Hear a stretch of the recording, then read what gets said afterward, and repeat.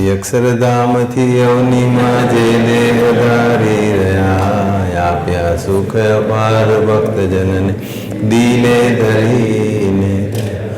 કીધા ચારુ ચરિત્ર ગાન કરવા જેને કરુણા કરી, વંદુ મંગલ મૂર્તિ ઉર્ધરી સર્વોપરી શ્રી હરિ. જેના દિવ્ય સુદિવ્ય જે ચરિતમાં વિલસી હરિ તોર્યા, સંબંધે થઈ શૂન્ય જે વિચરતા દાસત્વ ધારી રહ્યા.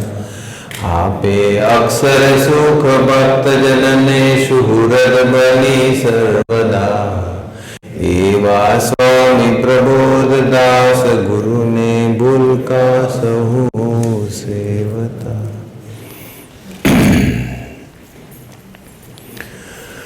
સજાનંદ સ્વામી મહારાજની જય.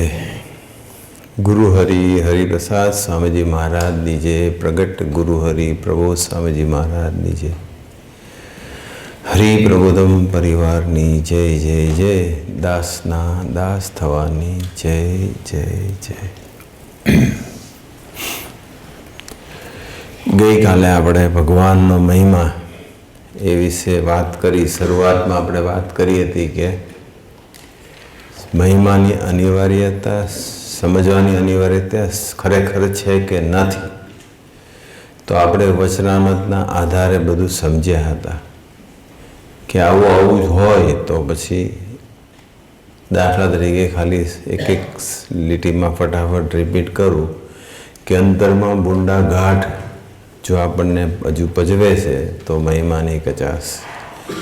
આટલા વર્ષોના સત્સંગ પછી ભગવાન મળ્યા પછી પણ પૂર્ણ કામ પણ નથી મનાયું તો મહિમા સમજાયો નથી. હજુ પણ જગતની કોરની વાસના, સ્ત્રી ધન વગેરેની વાસના જે કોઈ ટળી નથી તો હજુ મહિમા સમજાયો નથી. હજુ ભગવાનના ભક્તો આગળ દાસ થવાતો નથી, બાપ થવાય છે, ખખડાઈ નખાય છે, ગુસ્સો આવે છે, તો હજુ આપણને મહિમા સમજાયો નથી. હજુ જો ભગવાનના ભક્તનો અભાવ આવી જાય છે, ભગવાનના ભક્તને વિશે અરુચિ પ્રગટી જાય છે, ડિસલાઇક થઈ જાય છે, અમુક ભક્તો ગમે અમુક ન ગમે એવું ડિસ્ક્રિમિનેશન રહેશે તો હજુ બરાબર મહિમા સમજાણો નથી. હૈયાના વિશેથી કામની વૃત્તિ હજુ ખૂબ ભજવે છે, કામ ગયો નથી, વિષયના ઘાટ હજુ રહ્યા કરે છે તો હજુ મહિમા સમજાણો નથી. અંતઃકરણ પણ હજુ જીતાયું નથી, મન બુદ્ધિ આપણા કંટ્રોલમાં નથી, હજુ મહિમા સમજાયો નથી. પ્રકૃતિ જે આપણને હેરાન કરે છે એ પ્રકૃતિ હજુ આપણી બદલાતી નથી, પ્રકૃતિ જ હેરાન કર્યા કરે છે તો હજુ મહિમા સમજાણો નથી. અને જે દોષનો રાજા એવું જે માન, દોષ કે સ્વભાવ જેનો રાજા એવું માન, એ માન પણ હજુ નડી જાય છે તો હજુ મહિમા સમજાણો. આપણે સમજ્યા હતા ને બરાબર. ત્યાર પછી આપણે થોડાક પ્રસંગો લીધા હતા. ગુણાતીતાનંદ સમયની વાતોના આધારે પણ મહિમા સમજ્યા હતા. ભગવાન સ્વામિનારાયણના પ્રસંગો દ્વારા મહિમા સમજ્યા હતા. થોડા એક્ઝામ્પલ આપ્યા હતા. હવે આપણે આગળ વધીએ છીએ આપણે કે ભગવાન સ્વામિનારાયણનો થોડોક હજુ મહિમાની વાત કરીએ પછી મહામંત્રનો, પેલા મહારાજનો ગુણાતીતનો થોડોક મહિમા સમજીએ. કારણ કે આમ તો બહુ સમય જોઈએ પણ જેટલું બી સાંભળી અને પોતાનો બનાવવા પ્રયત્ન કરવાનો, મનન ચિંતન કરવાનું. ભગવાનનો મહિમા તો અપરંપાર છે, ગુણાતીતનો મહિમા તો અપરંપાર છે. ભગવાન સ્વામિનારાયણે જ કહી દીધું છે કે મારા મહિમાના પારને હું પામી શકતો નથી.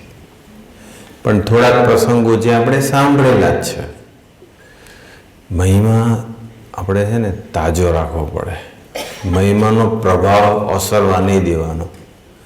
મહિમાનો પ્રભાવ કોઈ જે વ્યસની માણસ હોય ને, કોઈ ડ્રિંક્સ લેતો હોય, કોઈ સ્મોક કરતો હોય, કોઈ ડ્રગ લેતો હોય તો એ લોકોને જ્યાં સુધી એની અસર રહે ત્યાં સુધી તો એનો પ્રભાવ રહે ત્યાં સુધી એ ફ્રેશ રહે. પણ જેવો પ્રભાવ પૂરો થાય એટલે પછી બીજી સિગરેટ એને પીવા જોઈએ. દારૂડિયો હોય, ડ્રિંક કરતો હોય તો એ બીજું લઈ લે, એટલે ફરી પાછો એનો પ્રભાવ રહે. એમ આપણે મહિમાનો પ્રભાવ રાખવો હોય તો મહિમાની વાતો, વચનામૃત, પ્રસંગો એ બધી વસ્તુનો ડોઝ લીધા કરવો પડે થોડા થોડા અંતરે. એ જો ડોઝ નહીં લે તો એનો પ્રભાવ ઓસરી જશે. અફીણના વ્યસની હોય અને અફીણનું વ્યસન એનો પ્રભાવ પૂરો થાય પછી ઢીલો પડી જાય, એનું શરીર શિથિલ થઈ જાય, અશક્તિ આવી જાય એના શરીરમાં, બેચેની આવી જાય એને. પણ ફરી પાછી એક અફીણની ગાંગડી લઈ લે નાનો ટુકડો એટલે ફરી પાછું. એમ આપણે નિષ્ઠાને મહિમાનો પ્રભાવ ઓસરી ન જાય એ માટે થોડા થોડા અંતરે ડોઝ લેવો પડે. રોજ દિવસમાં 2 વખત ડોઝ લેશો તો બી ચાલશે. રાઈટ. એટલે આપણે હવે થોડાક પ્રસંગો જે સાંભળેલા છે, જે સાંભળેલા પ્રસંગો છે પણ તમે જો એનો વિચારશો ને તો પણ એની અસર થવાની. રાઈટ. ભગવાન સ્વામિનારાયણના વખતમાં આપણે વીરા ભગતનો પ્રસંગ સાંભળેલો છે. હું બહુ ડિટેલમાં નથી કહેતો, પણ કેવો ભગવાનનો મહિમા છે કે એક ડાંગરનું થૂમડું લક્ષ્મીવાળીએ ભગવાન સ્વામિનારાયણ જતા હતા અને એ મોજડીએ સાથે અથડાયું અને ઉખડી ગયું અને એની પર ભગવાન સ્વામિનારાયણની દ્રષ્ટિ પડી અને પછીના જન્મે એ વીરા ભગત બન્યા. અને એ વીરા ભગતને ભગવાન સ્વામિનારાયણ સાથે ને સાથે રાખે, બધું પૂછી પૂછીને કરે. કોઈ પણ હોય તો મહારાજ વીરા ભગતને પૂછે, કોઈને ધામમાં લઈ જવાનું તો કે આપણે એને ધામમાં લઈ જઈએ. વીરા ભગત કે હા તો હા ને ના તો ના. પૂછે કયા ધામમાં મોકલવા છે, કયા ધામમાં? કિંગ્સબરી, ક્વીન્સબરી, ઈસ્ટ લંડન, સાઉથ લંડન કે લેસ્ટર, એવું પૂછ્યું. ધામની વાત હતી. અને પછી વીરા ભગત જેવું કે એવું પછી મહારાજ કરે. કેવું કહેવાય. મુક્તાનંદ સ્વામી ઘણા સમયથી ઓબ્ઝર્વ કરતા હતા. 6 મહિના સુધી તો એમની પેશન્સ રહી કદાચ. પછી એમને થયું હવે પૂછવું પડશે, આ કયો એવો બલિષ્ઠ આત્મા છે કે જેને પૂછીને મહારાજ બધું કરે છે. અને પછી મહારાજને પૂછ્યું ત્યારે મહારાજ કે અમે વાત કહીશું તો તમને મનાશે? તો કે હા મહારાજ, તમે કહેશો તો માનીશું. અને મહારાજ કહેશે કે અમે લક્ષ્મીવાડી જતા હતા અને થૂંબડું અમારી મોજડી અથડાયું અને મારી દ્રષ્ટિ પડી ગઈ. આ વીરા ભગત છે. તો એક જીવ 84 લાખ યોનિમાં ફરનારો જીવ એક જ વખત ભગવાનના સંબંધમાં આવી જાય છે તો કેટલી મોટપને પામી જાય છે, કેટલું ભગવાનનું સુખ એને મળી શકે છે એનું આ દર્શન થાય છે. ભગવાન કેવા એના દાસ થઈને વર્તે છે. આખો ડિટેલમાં પ્રસંગ છે પણ એ અત્યારે નથી કહેતો. મેઇન તો આપણે મહિમાનું છે. પણ એ વીરા ભગત ડાંગરનું થૂમડું અને 84 લાખ યોનીનો જે આખો ચક્ર હતો, સાયકલ એ પૂરી ના થઈ, તોડી નાખી સાયકલ સીધા થૂમડામાંથી. પછી ગાય ભેંસ કશું જ નહીં, ડાયરેક્ટ મનુષ્ય, ડાયરેક્ટ ભગવાનનો ભક્ત અને ભગવાનના સાનિધ્યમાં. વિચાર કરીએ તો કહેવાનો મતલબ એ છે કે તો ભગવાનનો કેટલો બધો મહિમા છે. એ શામળદાસ ગાંધીની પોળનો પ્રસંગ આપણને ખબર છે કે પેલી બાઈ, એક વૈષ્ણવ બાઈ હતી અને પરમહંસો ત્યાંથી પસાર થયા અને પરમહંસો કીર્તન ગાતા ગાતા જતા હતા. રે સગપણ હરિવરનું સાચું રે. એ કીર્તનના શબ્દો એ બાઈને ગમી ગઈ. આખું કીર્તન મોટે નહોતું પણ જેટલું બી સાંભળ્યું ને એ કીર્તન પછી એ ઘરકામ કરતી હોય, રસોઈ બનાવતી હોય, સાફ સફાઈ, વાસણ ઘસતી, કશું બી કરતી હોય, કચરા પોતા કરતી હોય, એમાં એ ગાતી જાય, એને ગમી ગયું. એટલે અને એ જ બાઈનો જ્યારે અંતકાળ આવ્યો, ઉંમર થઈ હશે ને ધામમાં જવાનો ટાઈમ થઈ ગયો હશે ને ભગવાન સામે દર્શન દઈને તેડી ગયા. ક્યાં તેડી ગયા? અક્ષરધામ તેડી ગયા. તો તમને એવો કોઈને ડાઉટ છે કે તમે ધામમાં જશો ત્યારે અક્ષરધામમાં જશો કે બીજા કોઈ ધામમાં જશો? છે ડાઉટ? આપણને એવો પૂર્ણ કામ પણ મનાયેલું રહેવું જોઈએ કે ના, મારું અક્ષરધામ પાક્કું જ છે. અક્ષરધામમાં હા એક રસ્તો છે, અક્ષરધામમાંથી જો કદાચ કોઈને લાગે કે ના મારે આ પ્રોગ્રામ કેન્સલ કરવો છે, તો એ રસ્તો છે ભગવાનના ભક્તનો. મન કર્મ વચને દ્રોહ શરૂ કરી દો એટલે અક્ષરધામ કેન્સલ. અને એ તો ઠીક છે, આગલું જે બધી સાયકલ તૂટી ગઈ હતી ડાયરેક્ટ મનુષ્યોદય મળ્યો હતો, એ ફરી પાછી સાયકલ ચાલુ થઈ જશે. 84 લાખ યોનિ ફરી પાછું. એટલે ભગવાનના ભક્તનો તો ક્યારેય દ્રોહ મન કર્મ વચને ક્યારેય ના કરો. ગાવા હોય તો ગુણગાન ગાવાના, પણ અભાવ ગુણની વાત તો કરવી જ નહીં, ક્યારેય ના કરવી. માંગરોળની અંદર મહારાજ પધારેલા અને મહારાજે પછી સવારના દાંતણ માગ્યું કે મારે કાલે દાંતણ જોશે. એટલે પછી દાંતણ હતા નહીં, એટલે પછી ગામમાં તપાસ કરી કે બાવળનું કોઈ ઝાડ છે. પછી ખબર પડી કે એક બાઈ છે, બીબડી મુસ્લિમ બાઈ, એના ફળિયામાં એવું વાવેલું છે અને એ જો આપે તો થાય. પણ એ બાઈએ એવો સંકલ્પ કરેલો કે ખુદા માટે જ આ હું દાંતણ રાખીશ, આ બાવળમાંથી દાંતણ આપીશ, ખુદા સિવાય કોઈને નહીં આપવું એમ. અને પછી પરમહંસને ખબર પડી, હરિભક્તોને ખબર પડી હશે, બધા ત્યાં ગયા અને પછી કહેવડાવ્યું બાઈને. તો બાઈ કે આ તો મારા ખુદા માટે છે, બીજા કોઈ માટે નથી. તો કે અમે ખુદા માટે જ માગીએ છીએ. તો કે ખુદા અહીંયા પૃથ્વી પર છે? તો કે હા. તો કે કોણ? તો કે સ્વામિનારાયણ. તો કે ખુદા છે? તો કે હા. એને મળી ગયું, એને આપ્યું. મહારાજે દાંતણ કર્યું અને એ દાંતણ કર્યું અને મહારાજ પછી એને રાજી થઈને આશીર્વાદ આપ્યા કે એ બાઈનું મુક્તાનંદ સ્વામી જેવું કલ્યાણ. જેવું જેતલપુરની એ વેશ્યાએ થોડા ઘઉં દળેલા, એને તો ઘઉં દળેલા હતા. આ બાઈએ તો ખાલી દાંતણ ઘરમાં, ફળિયામાં, ચોકમાં ઉગ્યું, એમાંથી કાપીને થોડી સોટી આપી, 2-3. મુક્તાનંદ સ્વામી જેવું કલ્યાણ. તમે વિચાર તો કરો, કેટલો ભગવાનનો અપરંપાર મહિમા છે. પણ આપણને બળ નથી મળતું એટલે સેવા થાય છે અને સાથે સાથે અસેવા થતી હશે. ગુણ બી ગવાય છે અને સાથે સાથે અવગુણ બી લેવાતો હશે. સંબંધથી જોવાની જગ્યાએ સ્વભાવ દેખાતો હશે, એટલે આપણને બળ મળતું નથી હોતું. રાઈટ? આવો તો ઘણા બધા પ્રસંગ છે કે જેમાં ભગવાન સામે અપરંપાર એ મહિમાનું દર્શન કરાવેલું છે. તો એ કેવો મહિમા હશે, કેવો મહિમા હશે. એ પર્વતભાઈ ભગવાન સામેના સંબંધે કરીને કેટલી મોટપને પામી ગયા. એક જેટલા અહીં બેઠા છે બધાનું ઘર ભલે ને પોતાનું હોય કે રેન્ટલ હોય, તીર્થ સમાન છે. સો long as devotee of God is living there, એ તીર્થ છે. પછી બી તીર્થ જ કહેવાય. પણ જ્યાં તો જીવતું જાગતું જંગમ તીર્થ આ બધા છે. આ એક જણા તીર્થ સમાન છે. હા, કોઈને સ્થૂળ રીતે ના જોવાના આપણે, બધા તીર્થ છે. કેટલી વખત સ્વામીજીએ કહ્યું, પ્રભુ સ્વામીજી કહે છે, કેટલી વખત તીર્થ છે બધા. અને એ તીર્થનો કોઈ દિવસ આપણે અભાવ ન લેવાય. એમ ભગવાનના ભક્તોને ક્યારે અભાવ ન લેવાય. આપણે સ્થૂળ દ્રષ્ટિથી અને લૌકિક બુદ્ધિથી જીવન જીવવાના હેવા પડી ગયા. સ્થૂળ દ્રષ્ટિથી એટલે આંખથી આમ જોયા કરીશ, કાળું ધોળું, લાંબુ ટૂંકું, આ તે.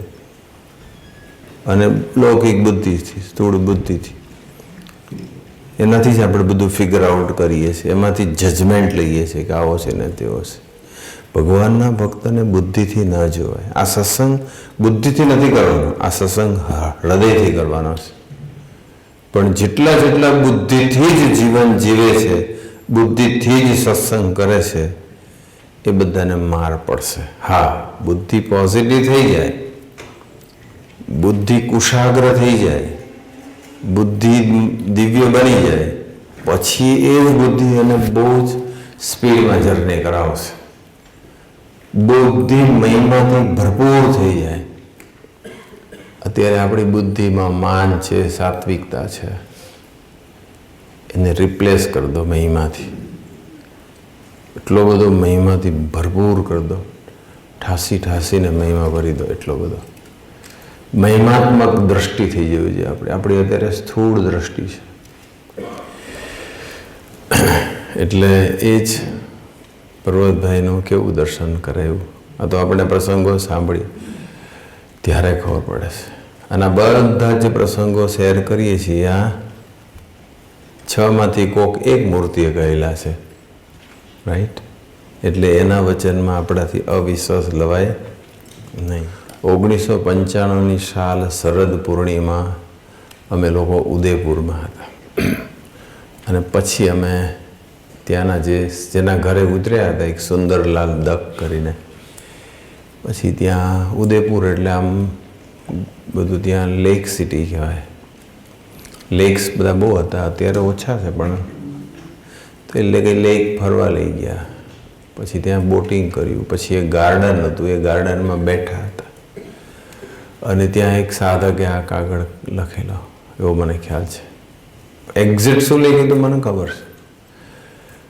પછી એમાં એવું લખ્યું હતું કે તમને પુરુષોત્તમ નારાયણ સમજીને કોઈ એક વખત દર્શન કરે તો એનું શું ફળ. તે સ્વામીજીએ લખ્યું હતું અક્ષરધામના સુખ, શાંતિને આનંદ. પછી સેવક આપવા ગયો કાગળ, ત્યારે સ્વામી પેલો લાવ ને પછી સ્વામી આમ ઇન્વર્ટેડ વી કરી, આમ કોઈ લીટીમાં શબ્દ એડ કરવા તો આપણે કરીએ નીચેથી આમ એવું કરીને ઉપર લખ્યું છતી દેહે. છતી દેહે અક્ષરધામના સુખ, શાંતિ ને આનંદ. નથી કર્યા દર્શન? સ્વામીજીના દર્શન નથી કર્યા આપણે? પ્રભુ સેના દર્શન નથી કર્યા? કર્યા છે. એ જે સુખ અક્ષરધામ એ પોતે જ છે. આ મૂર્તિ અત્યારે મળી એ જ અક્ષરધામ છે, જીવતું જાગતું. તો એના સુખ, શાંતિ અને આનંદ આપણને કેમ નથી મળતા? અને નથી મળતા અને આપણે નથી એનો અનુભવ થતો, એનો બીજો અર્થ એમ છે કે એ સુખ મૂકીને બીજા સ્થૂળ માયિક સુખની અંદર આપણે ફર્યા કરીએ છીએ, માયામાં ખેંચાઈ જવાય છે. તો કેમ એવું થાય છે? Think over it. ભગવાનના ભક્તને માયા કેમ ભજવી જાય? માયાનું તો ભગવાન સ્વામિનારાયણે કહી દીધું કે માયાનું, આપણે એક મહિમાની જ વાત છે કે માયાનું તમે જેટલું ચાલવા દઈએ એટલું જ ચાલે છે. આ પણ એક મહિમાની વાત છે કે અનંત બ્રહ્માંડને આવરી લેતી માયા. ઓહો, અનંત બ્રહ્માંડ, અનંત બ્રહ્માંડને આવરી લેતી માયા અક્ષરબ્રહ્મના, અક્ષરધામના એક સોપારી જેટલા પ્રદેશમાં લીન થઈ જાય. તો એ માયા આપણી પાસે કેટલી આવી હશે? અનંત બ્રહ્માંડમાં જેટલી માયા છે એની છે એક પ્રકૃતિ પુરુષ સુધીની જે માયાનું જે સામ્રાજ્ય છે, કોઈ બાકી નહીં. માયા કોઈ છોડતી પણ અક્ષરધામમાં એ લીન થઈ જાય. તો એ જ અક્ષરધામના મુક્ત એવા આપણને કેમ માયા ભજવતી હશે? એક વખત સ્વામીજી એવો પ્રશ્ન પૂછેલો અંબરીશ હોલમાં, કદાચ સ્વામી કે બધા બુદ્ધિશાળીઓએ વિચારીને જવાબ આપો. પછી ત્યારે સ્વામીજી જવાબ નહોતો આપેલો. પછી કે વિચારીને કહેજો કેમ ભજવતી હશે આપણને માયા? આટલું બધી પુરુષોત્તમ નારાયણની અક્ષરબ્રહ્મની તાકાત છે અને આપણે એમના દીકરા છીએ, એની ગોદમાં બેઠા છીએ. શા માટે આપણને માયા પચવી જાય? આટલી બધી એની તાકાત છે. કેટલો બધો અપરંપાર મહિમા છે. અભયસિંહ દરબારનો પ્રસંગ તો આપણે સાંભળેલો.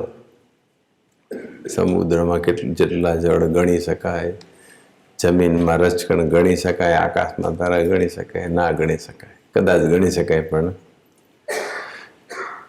આ પ્રસંગ આપણને ખબર છે. સાસી મહારાજનો પ્રસંગ ખબર છે. મણિકાકાને કહેલા કે મારા સંબંધે કરીને તમે વિચારજો, બહુ વિચારજો, શાંતિથી વિચારજો. શાસ્ત્રી મહારાજ મણિકાકાને એવું કહે છે કે મારા સંબંધે કરીને તારા પુણ્યનો સરવાળો હું કરવા ગયો તો પણ થયો તો કેટલું બધું પુણ્ય મળતું હશે, તો કેમ સુખ નથી આવતું? કેમ હજુ પાપ થઈ જાય છે?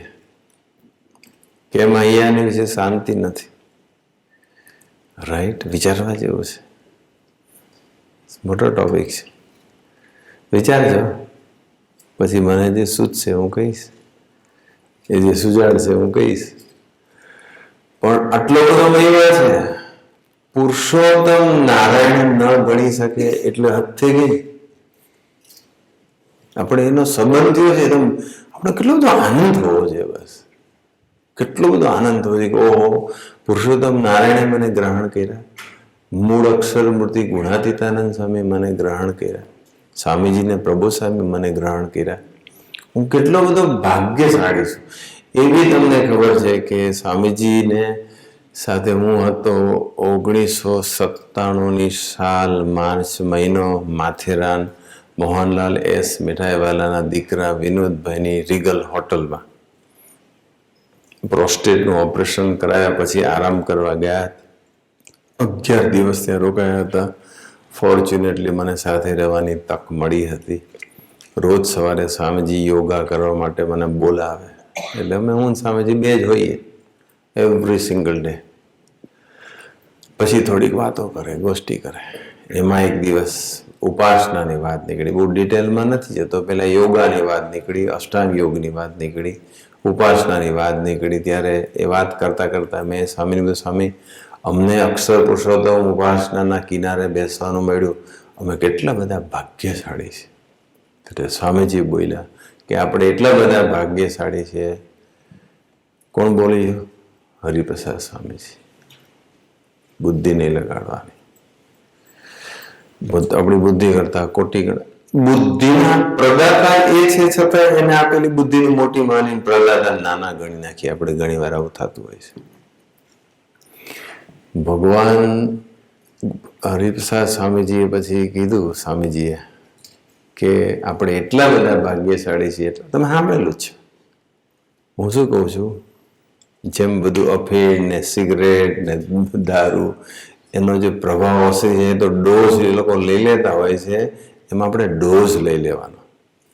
નિષ્ઠાને મહિમાનો ડોઝ નિરંતર લેવાનો. એવરી સિંગલ ડે ડોઝ લઈ લો નિષ્ઠાનો મહિમાનો. નિયમ લઈ જવાશે, હું રોજ નિષ્ઠાન મહિમાનો ડોઝ લઈશ.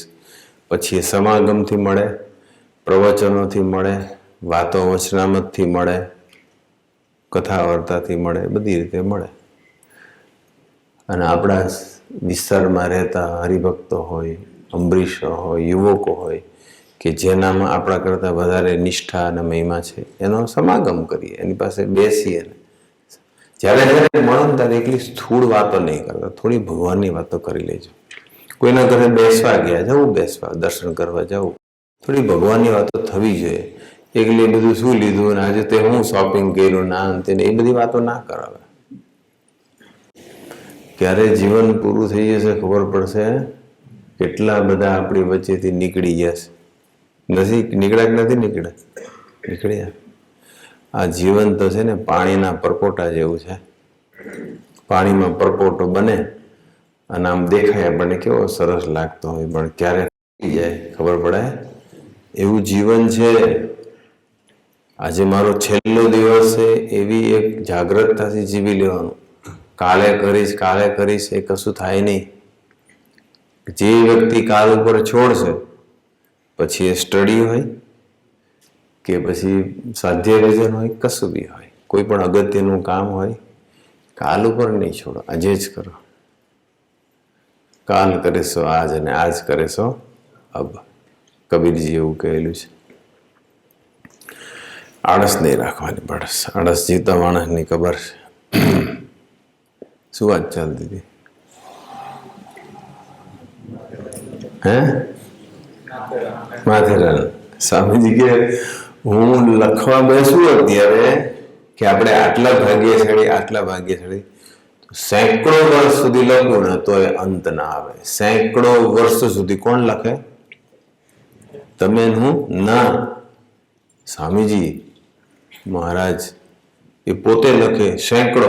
100 તો ગણો, આપણે 1000 નથી જવું. 100 વર્ષ સુધી લખે. ઓહો, કેટલું! આપણે એક દિવસમાં કેટલા મુદ્દા લખી શકાય? તો 100 વર્ષમાં કેટલા મુદ્દા? એક વર્ષના જ કેટલા થાય? મેં કલાકમાં બેઠો હતો, 51 મુદ્દા થયા હતા. પછી એની પર પારાયણ બી કરેલું 51 મુદ્દા. પણ હજુ વધારે કઈ કેટલું નીકળે કે ના નીકળે? 51 મુદ્દામાં તો એક દાડો થાય, એક દાડો ના થાય. 100 વર્ષ અને પછી સ્વામીજી લખે તો કેવા મુદ્દા હોય. તો થિંક ઓર ઇટ કે આપણે કેટલા બધા ભાગ્યશાળી છીએ. અને છતાં પણ જો કંઈક ગોઠવાય નહીં તો પાછું ટેન્શન આવી જાય, મારું નથી ગોઠવાતું, મારા બહુ જ બેડ લક છે. જેમ ભગવાન રાખે તેમ રહેવું બસ. ભગવાન કોઈ દિવસ આપણું અહિત ના કરે, બસ એ હિત જ કરે. કોઈ દિવસ ભગવાન પોતાના ભક્તનું, પણ આપણે જેને હિત માની બેઠા છીએ એવું હિત કરવા જાય છે, ત્યારે એવું હિત થયા પછી આપણે ઘણાનું અહિત કરી નાખવાનું હોય ને, એટલે ભગવાન આપણું એવું હિત કરતા નથી સમટાઈમ્સ. રાઈટ? આપણે ઘણી વખત આપણું સારું કરી નાખે અને પછી એના પ્રભાવમાં પછી આપણે એટલું બધું ન કરવાનું કરી નાખીએ, આત્માનું કરી નાખીએ, ના થાય એટલે ભગવાન પછી જેતલપુરના 5માં કહી દીધું કેમ રાગ જેવા રાખ્યા છે બધાને. મહેનત કરીને મરી જાય છે છતાં દરિદ્રી જેવા કેમ રહે છે? ભગવાનનું ભજન થતું નથી. એટલે મહિમાની વાતો તો બધી ખૂબ છે, પણ આપણે મહામંત્રનો મહિમા પણ સમજવો છે. પણ ખાલી 1-2 વાત ખાલી કર દો. પ્રસંગો તો તમે બધા, પણ સ્વામીજી એક લીટી બોલે. સ્વામીજીને એ મહિમાનો પ્રભાવ, એ પ્રાપ્તિનો કેફ કેવો હશે? સ્વામીજી એવું બોલેલા કે હું આંધળો હોઉં, હું કદાચ આંધળો હોઉં અને મને યોગીજી મહારાજના એક જ વખત આમ સ્પર્શ, આંધળા એટલે દર્શનનો તો પ્રશ્ન રહેતો જ નથી, ખાલી મને આમ યોગીજી મહારાજને એક વખત આમ સ્પર્શ આમ મન થઈ જાય બસ. પછી શું બોલ્યા ખબર? આખી જિંદગી મારો કેફ ખાટો અને મસ્તી ઓછા ના થાય. કેટલી વખત દર્શન સ્વામીજીના અને કેટલી વખત આપણે પ્રભુ સ્વામીના દર્શન મેં અને તમે કર્યા છે, છતાંય ઘણી વખત કેફ કાંટો અને મસ્તી ઓછા થઈ જાય છે. Because we have not understood the glory of God very well. હરખી રીતે સમજ્યા નથી. ઉપર છેલ્લો એટલે મહિમા ખૂબ સમજવો પડશે. મહિમાની વાતો ખૂબ જ, પ્રસંગો ખૂબ જ વિચારવા પડશે. મનન ચિંતન કરશો ત્યાર પછી મહિમા સ્થિર થશે. આખી જ એક આંધળો છું, દેખાવાનો તો પ્રશ્ન રહ્યો જ નહીં, અને ખાલી એમ કહે કે યોગીજી મહારાજ છે, અને યોગી મહારાજનો અવાજ સંભળાયો કે યોગી મહારાજ છે, અને પછી એમ કે એમના ચરણાવિંદ છે, અને આમ સ્પર્શ કરે, પતી ગયું. લાઈફ ટાઈમ આનંદ ના જાય, કેફ કાઠો ને મસ્તી ઓછા ના થાય. તો એ સ્વામીજીને યોગીજી મહારાજનો કેવો મહિમા હતો? ડુ વી રિયલી હેવ મહિમા ફોર સ્વામીજી એન્ડ પ્રભુ સ્વામીજી? કંઈક સેવા સોંપીને કરી નાખી, એ મહિમા તો ઉપર છેલ્લો છે, થોડોક છે, અથવા સેવાનું અંગ છે એટલે કરી નાખીએ છીએ. પણ ખરેખરો મહિમા આ છે સ્વામી, ખરેખરો મહિમા. કાલે વાત કરીશું કે મહિમા સ્થિર થઈ ગયો હોય એનું લક્ષણ શું, કાલે વાત કરીશું. પણ સ્વામીજી એકવાર એવું બોલ્યા કે બાપાએ મને એવું કહ્યું હોત કે હવે આપણે વડોદરાની સેન્ટ્રલ જેલમાં રહેવાનું છે, એવું બાપા મને કહે, તો હું આખી જિંદગી હું જેલમાં પૂરી કરું, 10 વર્ષ, 20 વર્ષ, 30 વર્ષ, 40 વર્ષ, જેટલા વર્ષ, તો આખી જિંદગી હું બાપાના વચને હું એ વડોદરાની સેન્ટ્રલ જેલમાં રહું, અને મને એક પણ દિવસ, એક પણ સેકન્ડ માટે સંકલ્પ ન ઉઠે કે બાપાની સાથે ક્યારે રહેવાનું મળશે, અહીંથી ક્યારે છૂટવાનું મળશે, બાપાના દર્શન ક્યારે થશે, એવો મને સંકલ્પ ઉઠે. કેવું એ બાપાનો મહિમા હશે, બાપા પ્રત્યેની ભક્તિ, ગુરુ ભક્તિ કેવી હશે? રાઈટ? આવું બધું ઘણું આપણે વિચારવાનું રહેશે, વિચારવું પડશે, મનન ચિંતન કરવું પડશે. એટલે હવે આપણે આગળ થોડાક મહામંત્રનો મહિમા એની પર આવીએ. મહામંત્રનો તો આપણે સાંભળ્યું છે, ભગવાન ગુણાતીતાન સાંઈ લખ્યું છે કે સ્વામિનારાયણ નામના મંત્ર જેવો બીજો કોઈ મંત્ર આજ બળ્યો નથી. એ મંત્રે કાળા નાગનું ઝેર ના ચડે. એ મંત્રે શું થાય? પછી વિષય ઉડી જાય છે, બ્રહ્મરૂપ થવાય છે, અને કાળ કર્મ અને માયાનું બંધન છૂટી જાય છે. કેટલા બ્યુટીફુલ બ્લેસિંગ્સ છે આ વાતની અંદર. માટે નિરંતર ભજન કર્યા કરવું, એવું લખ્યું છે ને સ્વામીની વાતમાં. મંત્ર એટલી બધી આમ પાછળ લખ્યું છે ને, સ્વામીજી બોલેલા કે મારી મૂર્તિ કરતા મારો મંત્ર, ભગવાન સ્વામિનારાયણનું વાક્ય બોલેલા, મારી મૂર્તિ કરતા મારો મંત્ર મહાન છે. આપણે બધા શું કરીએ છીએ ખબર છે? કે કંઈ પણ છે ને તકલીફ આવે છે, પ્રાર્થના કરીએ છીએ, પણ મંત્રનું રટન નથી કરતા, ભજન નથી કરતા. એની આપણને માથાકૂટ છે.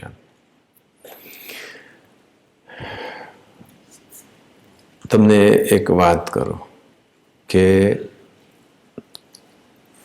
મંત્રની વાત આવી છે ત્યારે આપણને પેલું યાદ આવી જાય કે શાસ્ત્રીજી મહારાજ બોલેલા કે દૂર દૂર આફ્રિકાનું કોઈ ડાર્ક ફોરેસ્ટ હોય, જંગલ હોય, ગઢ, જ્યાં આમ સૂર્યનો પ્રકાશ પણ ન પહોંચતો હોય એવું જંગલ હોય, અને એમાં જઈને કોઈ ભૂલે ચૂકે સ્વામિનારાયણ બોલે, સ્વામિનારાયણ મંત્ર, અને એ બોલે અને એના જે બધા વાઇબ્રેશન્સ, હું અત્યારે બોલું છું તો એ મારા જે ઓડિયો વેવ્સ છે, સાઉન્ડના વેવ્સ, એ નીકળે છે, અમુક પર્ટિક્યુલર ફ્રીક્વન્સીથી આમ નીકળે છે. અને આપણે થોડુંક નાનો અવાજ પડે એટલે એમ્પ્લિફાય કરવા માટે આપણે એમ્પ્લિફાયર મૂક્યું છે, સ્પીકરમાંથી અવાજ આવે છે, પણ એ મારો અવાજ તમારા કાન સુધી પહોંચે છે, અને એ કાન પછી કાન દ્વારા બ્રેઇનથી મેસેજ મળે છે. તમે અન્ડરસ્ટેન્ડ કરો છો કે હું શું બોલ્યો, રાઈટ? અવાજના જે આંદોલનો છે ને એ તમારા સુધી પહોંચે છે. આ તો સ્પીકર છે એટલે પહોંચે, બાકી તો કેટલું પહોંચે. પણ સ્વામીજી બોલ્યા કે એના જે આંદોલનો છે મંત્રના, એ જે કોઈ જીવ જંતુ કે પશુ પક્ષી એને બી જો અથડાઈ જાય, વાઇબ્રેશન પહોંચે આંદોલનો, એનું પણ આત્યંતિક કલ્યાણ. કોનું? બોલનાર એકલાની વાત નથી, સાંભળનાર. હવે કીડી મકોડાને શું સાંભળવાનું? આપણો અવાજ શું કેવી રીતે રેકગ્નાઇઝ કરશે એ લોકો? એને તો ખાલી વેવ્સ પહોંચવાના છે, આંદોલનો પહોંચવાના છે. તો એનું પણ આત્યંતિક કલ્યાણ. તો સ્વામિનારાયણ શબ્દ કેટલો પાવરફુલ છે. બોલ્યું પણ ગુણાતીતાનંદ સ્વામી બોલ્યા ને કે એનાથી શું થાય? ચાર કયા શબ્દ, ચાર આશીર્વાદ કયા આપ્યા? કાળા નાગનું ઝેર ના ચડે, વિષય ઉડી જાય, બ્રહ્મરૂપ થવાય, અને કાળ કર્મ અને માયાનું બંધન. બીજા ઘણા આશીર્વાદ છે ભગવાન સ્વામિનારાયણના, સ્વામીજીના. આ તો સ્વામીની એક વાતના. પણ આપણે છે ને પેલા કેનેડાના હરિભક્તને જે પ્રભુ સ્વામી કહ્યું હતું, જીતભાઈ કરીને હતા, અને એને પછી સ્વામીજી સાથે, પ્રભુ સ્વામી સાથે બધી વાતો કરી હશે ને બધું કીધું હશે એમ. એટલે પ્રભુ સ્વામીજી પછી એના પ્રશ્નનો જવાબ આપતા પછી પ્રભુ સ્વામી બોલ્યા, એ આપણે વાત કરેલી છે. પ્રભુ સ્વામી, આપણે પ્રાર્થના કરીએ છીએ પણ ભજન કરતા, હે આજે મારી પરીક્ષા છે, આ મારી એક્ઝામ છે, આજે મારો ટેસ્ટ છે, આજે મારો ઇન્ટરવ્યુ છે, તો પ્લીઝ કૃપા કરજો. એ પ્રાર્થના થઈ, પણ પ્રાર્થના કર્યા પછી ભજન નથી થતું ને. હું તમને એક પ્રશ્ન પૂછું કે ભજન કેમ કરાવડાવતા હશે વધારે સમય? એક જ વખત સ્વામીને બોલવાથી આટલો ફાયદો થતો હોય તો એક વખત સ્વામીને બોલવાથી કામ થઈ જાય તો શું વાંધો છે? બુદ્ધિ લાગે ને, હવે વિચાર આવે ને, કેમ એવું નહીં કરતા હોય? Think over it. સમટાઈમ્સ એક દિવસના ભજનમાં પતી જાય, અને સમટાઈમ્સ 6 મહિના ભજન કરાવે. Do you know Y?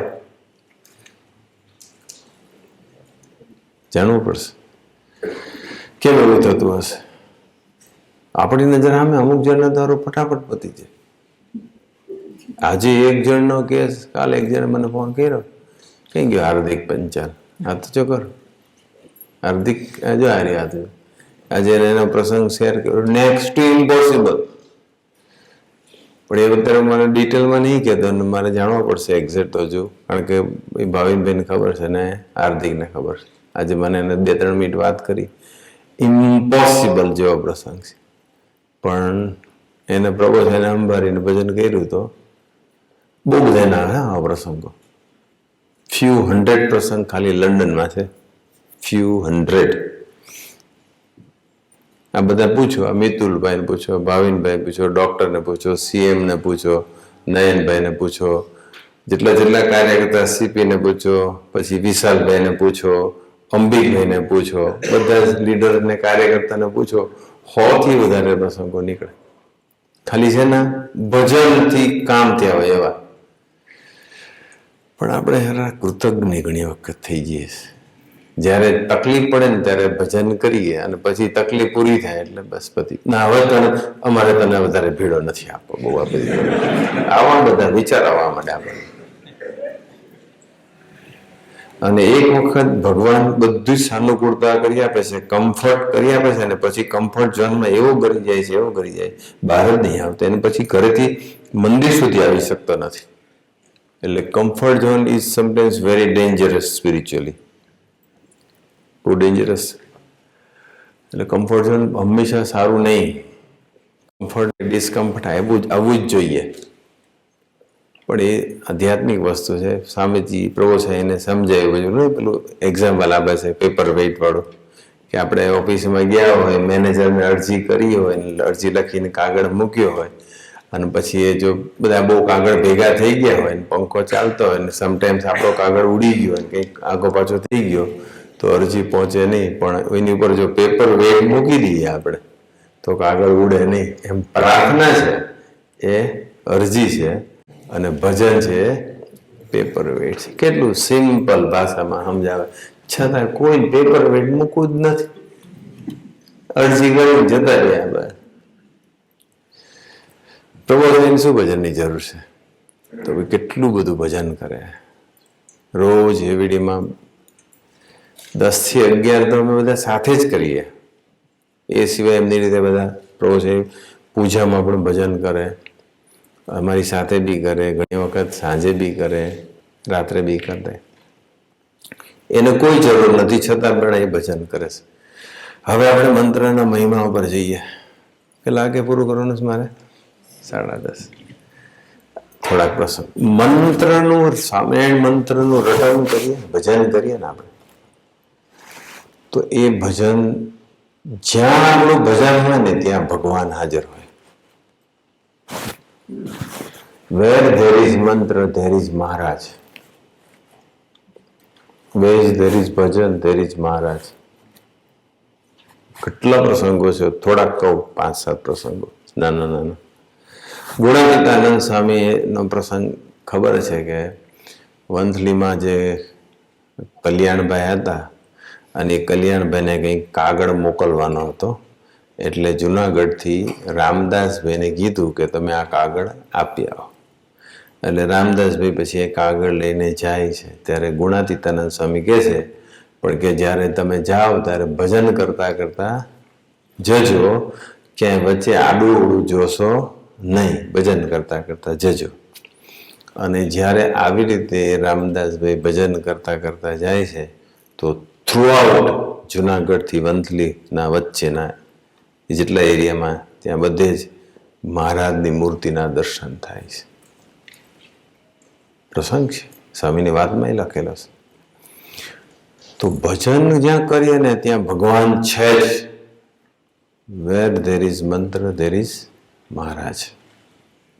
એક સેકન્ડ પણ છૂટા નથી પડતા. પહેલું સ્વામિનારાયણ શબ્દનો પહેલું સ બોલીને ત્યાં મહારાજ પ્રગટ થઈ જ જાય છે. પણ દર વખતે પછી દર્શન થાય એવી અપેક્ષા નહીં રાખવાની, વિશ્વાસ રાખવાનો. આટલા બધાના અનુભવ થયા પછી આપણે વિશ્વાસ રાખવાનો, રાઈટ. વિજયાત્માનંદ સ્વામી હતા, ભગવાન સ્વામિનારાયણના બનાવેલા સાધુ. હવે એમને એ ટેવ હતી, એમને જેમ પેલા અમરા પટગરની ટેવ હતી કુંડાળના, એ ભજન કરે ને મહારાજ દર્શન આપ્યા. એવી રીતે વિજયાત્માનંદ સ્વામી એક વખત લઘુ ભરવા રાત્રે ઉઠ્યા હશે, અને ઉઠ્યા હશે ને પછી કે હે સ્વામિનારાયણ. એટલે એમને એવી એક પ્રેક્ટિસ પાડી દીધી, ભજન કરવાની પ્રેક્ટિસ પાડવાની. હાલતા ચાલતા, ખાતા પીતા, ડ્રાઇવિંગ કરતા, ઓફિસમાં થોડું અંતરમાં ભજન ચાલુ રાખવાનું. મોટે મોટેથી કરો ને એવું કોઈ કહેતું નથી. અંદરમાં ભજન ચાલુ રાખવું છે, આમ અંદર વિસ્પરિંગ અંદર રહેવું છે, આમ અંદર ગુંજારો ચાલુ રહેવો છે. કોઈને સંભળાવી રીતે કરવાની જરૂર એવું કોઈ કમ્પલસરી નથી. અંદરથી મનોમન કરો સ્વામિનારાયણ સ્વામિનારાયણ, ભજન કોઈને ના સંભળાય, મારા તો સાંભળે છે ને, એવી ટેવ પાડી દેવી છે. તો વિજયાત્માનંદ સ્વામી એને એવું એટલે બોલ્યા છે, હે મારા, હે સ્વામિનારાયણ, હે સ્વામિનારાયણ બોલ્યા છે એમની રીતે. તે મહારાજે હોકાર દીધો કે જય સ્વામિનારાયણ. મહારાજ કે બોલો. ત્યારે વિજયાનંદ સ્વામી કે મહારાજ મને તો છે ને ભજન કર્યાની ટેવ છે, હેવા પડી ગયા છે. તો મહારાજ કે અમને હોકારા દેવાના હેવા પડી ગયા છે બસ. રાઈટ, એમને હેવા છે. આપણે ભજન કરીએ તો પ્રગટ થવાના અથવા એનો જવાબ આપવાના હેવા છે. તો આપણે ભજન કરીએ ત્યારે વિશ્વાસપૂર્વક ભજન કરવું જોઈએ.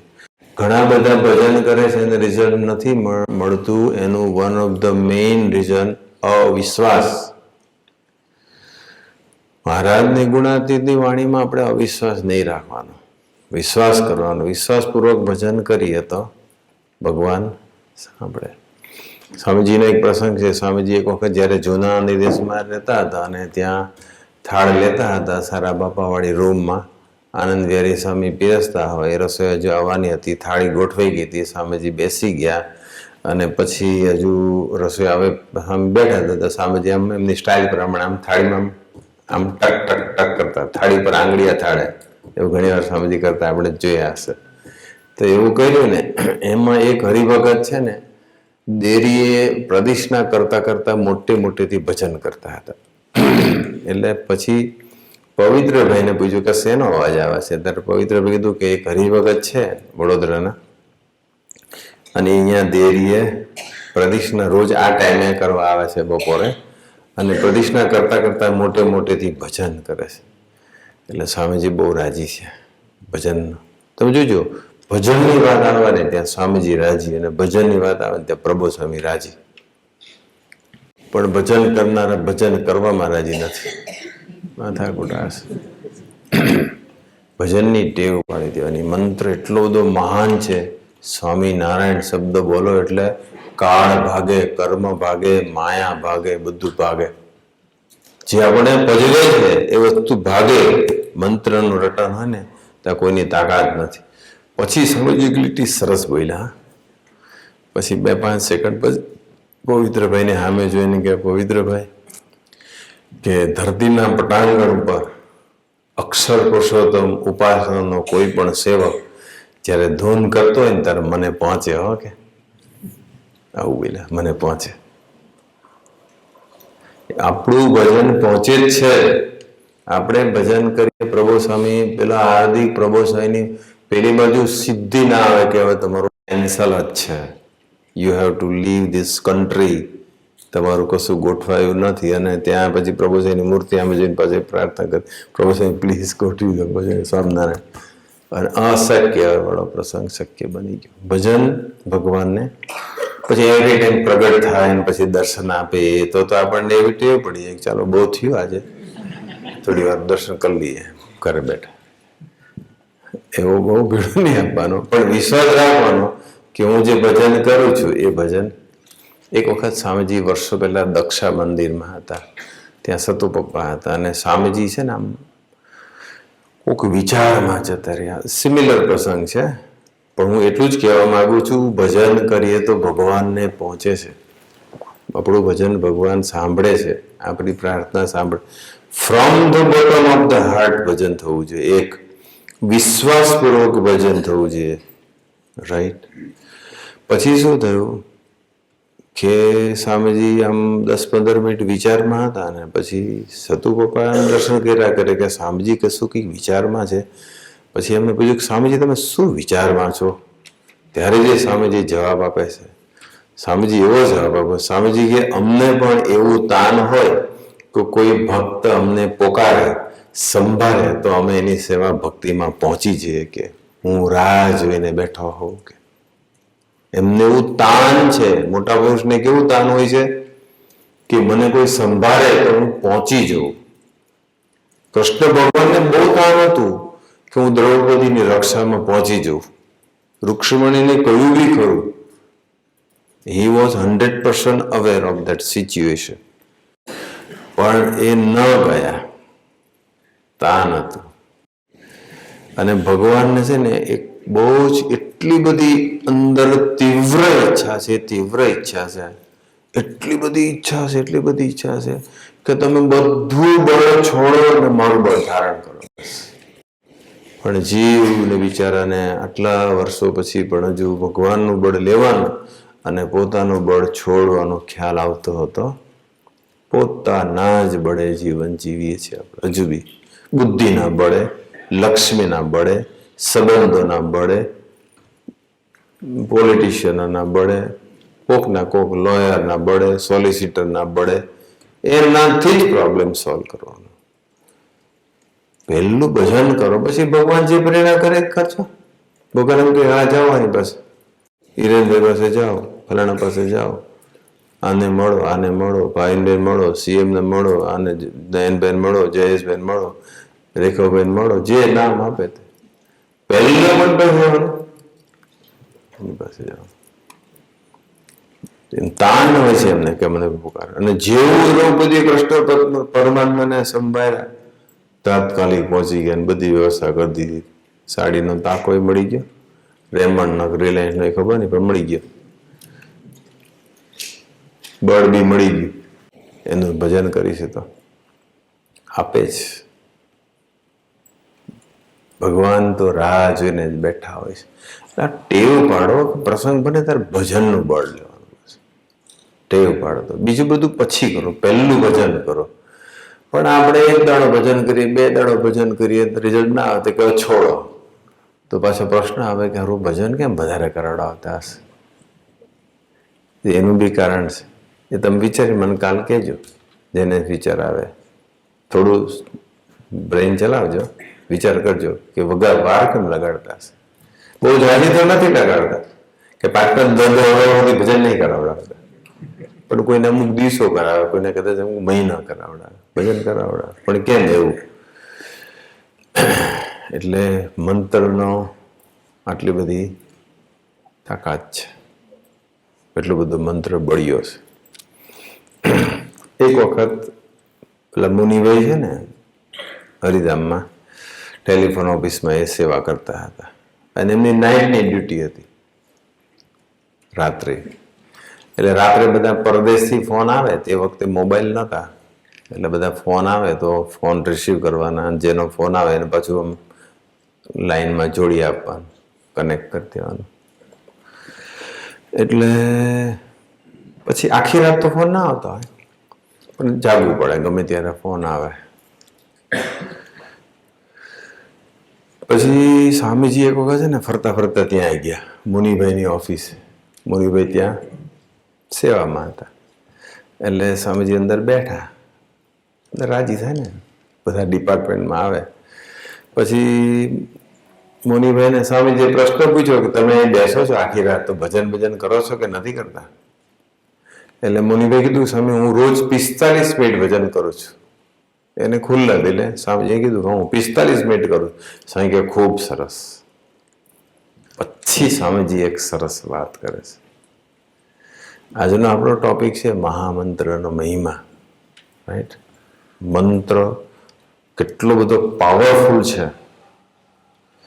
તો સ્વામીજી પછી એવું કીધું કે જ્યાં ભજન થતું હોય ને, મુનિને એવું કહે છે જ્યાં ભજન થતું હોય ને એ મારું નિવાસ સ્થાન છે.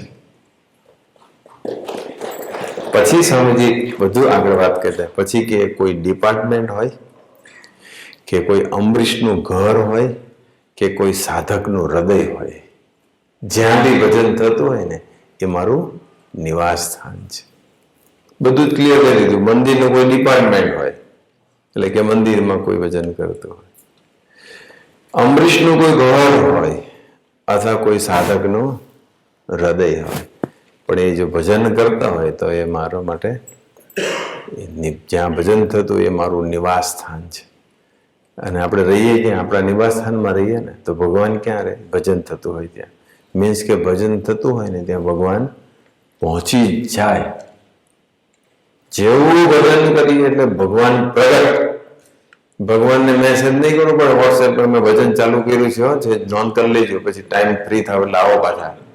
એવું ના હોય. એ ભગવાન છે ને, મનુષ્ય થોડા છે. એટલે એવું છે કે જ્યાં આપણું ભજન થાય ત્યાં.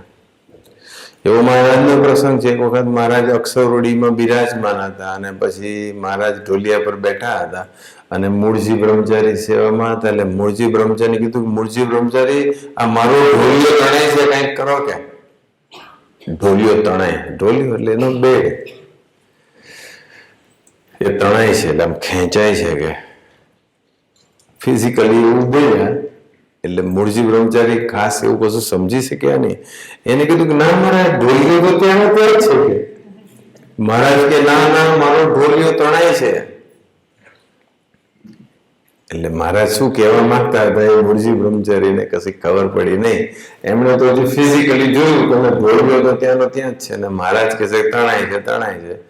એટલે પછી મહારાજે કેવું પડ્યું કે મૂળજી બ્રહ્મચારી કોક ખૂબ આર્તનાદ કરે છે, ભજન કરે છે, પોકાર કરે છે, તમે તપાસ કરો.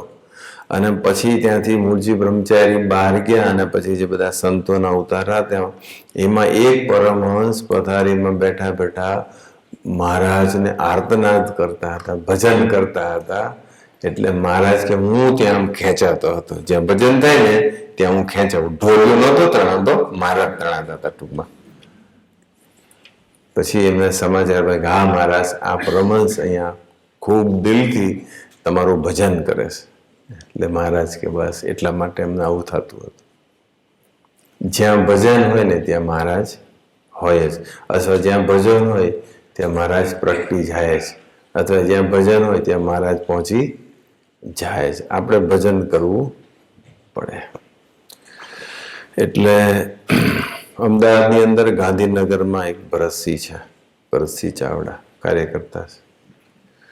હવે જે બધા પ્રસંગો બન્યા સ્વામીજી સ્વધામ ગયા પછી, અને એમાં એટલી બધી પરિસ્થિતિ, બધી રોજે રોજ એવું બધું આવે ન્યૂઝપેપરની અંદર, ને એટલા બધા પ્રસંગો, મારા મારી એ બધું ખેંચમ તાણ ને બધું અનબિલિવેબલ આવતું હતું.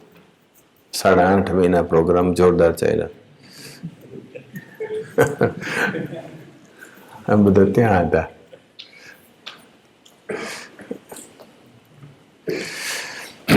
પછી એ ભગત ઉદાસ થઈ ગયા. ઉદાસ થઈ ગયા એટલે એને થઈ ગયું કે હવે સાત્વિક ભાવ હોય ને જલ્દી ઉદાસીનતા, જેના સાત્વિકતા જેટલો વધારે ને એનામાં એટલી ઉદાસીનતા વધારે. જેટલો સાત્વિક ભાવ વધારે એટલી ઉદાસીનતા વધારે. એટલે એમને થઈ ગયું કે હવે આ બધું આવું જ ચાલે છે, એની કરતા હવે મારે સત્સંગ કરવો છોડી દઉં સત્સંગ.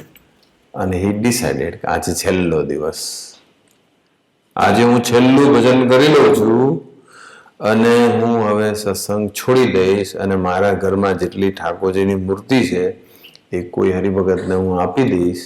ભગવાન સામેથી માંડીને હરિપ્રસાદ સ્વામી સુધીની બધી મૂર્તિ આપી દઈશ અને હું સામાન્ય માણસની જેમ જીવન જીવીને જિંદગી પૂરી કરીશ. આવો એને સંકલ્પ કાઢ્યો અને છેલ્લું ભજન કરી લો આજે એવું નક્કી કર્યું. અને પછી એ બેઠા ભજન કરવા, અને ભજન કરવા બેસે અને જો આમ સ્વામિનારાયણ સ બોલે છે ને આમ પ્રભુ સ્વામી પ્રગટ થઈ ગયા. પ્રભુ સ્વામી પ્રગટ થઈ ગયા અને પછી તો પ્રભુ સ્વામી અખંડ દર્શન આપ્યા કરે અને ભજનમાં એટલું બધું સુખ આવે, એટલું બધું સુખ આવે. બીજે દિવસે મૂર્તિ ઉતારવાનો પ્રોગ્રામ હતો, એની જગ્યાએ એક ચડાવી દીધી પાછી. સ્વામિનારાયણ નામનો મંત્ર કેટલો બળિયો છે, કેટલો પાવરફુલ છે. ભગવાન પહોંચી જ જાય. પ્રભુ સ્વામી પહોંચી ગયા દર્શન આપવા માટે. આમ તો અહીંયા પ્રસંગોની વચ્ચે હતા, હજુ કઈ એવડી પહોંચ્યા નહોતા. અમે હરિધામ છોડ્યું નહોતું, ત્યાં જ હતા. એ દરમિયાન આ પ્રસંગ બની ગયેલો. કારણ કે પછી તો પ્રસંગ પૂરા થઈ ગયા 21 એપ્રિલે તો વાઇન્ડ અપ થઈ ગયું. પણ જ્યાં ભજન થાય છે ને ત્યાં ભગવાન. પછી એને એવું બી કીધું, આ પ્રસંગ જયારે મને શેર કર્યો ને, મને કે ત્યારે પછી હું જેટલી વખત ભજન કરવા બેસું ને બોલું ને ત્યાં તો પ્રભુ દર્શન આપી જ દેશે. તો તમને એમ થતું છે કે ચાલો અમને કેમ નથી આપતા. આપણે માથા ગોડા છે. વિશ્વાસ મૂકવો પડે. બધાને દર્શન આપે તો એને કાયમ આ જ પ્રોગ્રામિંગ કરવો પડે ને, આજે ભજન કરે છે, અહીં પહોંચવાનું, અહીં પહોંચવાનું, અહીં પહોંચવાનું. એ તો સુપ્રીમ છે, એને એવું કોઈ કેલ્ક્યુલેશન કે પ્રોગ્રામિંગ ના હોય ને. આ કોઈ આર્ટિફિશિયલ ઇન્ટેલિજન્સ નથી, આ તો અક્ષરધામ ઇન્ટેલિજન્સ છે બધું.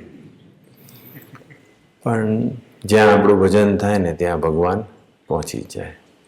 એટલે સ્વામીની વાતમાં લખ્યું કે સ્વામીના નામના મંત્ર જેવો બીજો કોઈ મંત્ર બળ્યો નથી. એ મંત્ર કાળા નાગનું ઝેર ના ચડે. એ પ્રસંગ તમે સાંભળેલા છે, એની પર જાજુ. સ્વામીજી તેનો આખો મિનિંગ કાળા નાગ એટલે એને કાળ ગણાયો એમ. કાળ જ્યારે આવે એમ, કાળ ના આવી શકે જ્યાં સ્વામિનારાયણનો મંત્ર હોય ત્યાં. પણ લૌકિક રીતે બીજો પ્રસંગ વિચારીએ તો યોગી મહારાજનો પ્રસંગ આપણે સાંભળ્યો છે કે સાપ કરડ્યો આંગળીએ, તો ત્યારે ભજન જ કર્યું હતું. એવો એક યુપીના એક હરિભગત છે બધોયના, એના વાઈફ સાંજનો સમય હશે ને પાણી ભરવા ગયા હશે પેલા ડંકી સિંચવા માટે, અને સાંજનો સમય હતો અને ત્યાં એક સાપ હતો અને એની પર પગ પડ્યો અને સાપે ડંખ માર્યો. પછી એ બેભાન થઈ ગયા, પડી ગયા. એટલે થોડાક એ પછી એમને પાછા નિષ્ઠાવાળા, એને કીધું કોઈ ડૉક્ટરને બોલાવવો નથી, બધા ભજન કરો. અને પછી બધાએ ભજન કર્યું અને શી વોઝ ઓકે ધેન. આ પ્રસંગો તો સાંભળેલા છે. એક સંત હતા હરિધામમાં, અને એક વખત વિચરણમાં ગયા હતા. ધંધુકા પાસે એમનું વિચરણ હતું અને ત્યાં કોઈ ગામમાં પસાર થતા હશે અને લઘુ લાગી હતી, પેશાબ લાગ્યો હશે. એટલે પછી ત્યાં એક ખૂણામાં રોડની સાઈડમાં કોઈ જગ્યાએ ત્યાં ઝાડ ને બધું હશે કદાચ, તો ત્યાં એ બેઠા અને પાંદડા બધું બહુ હતું.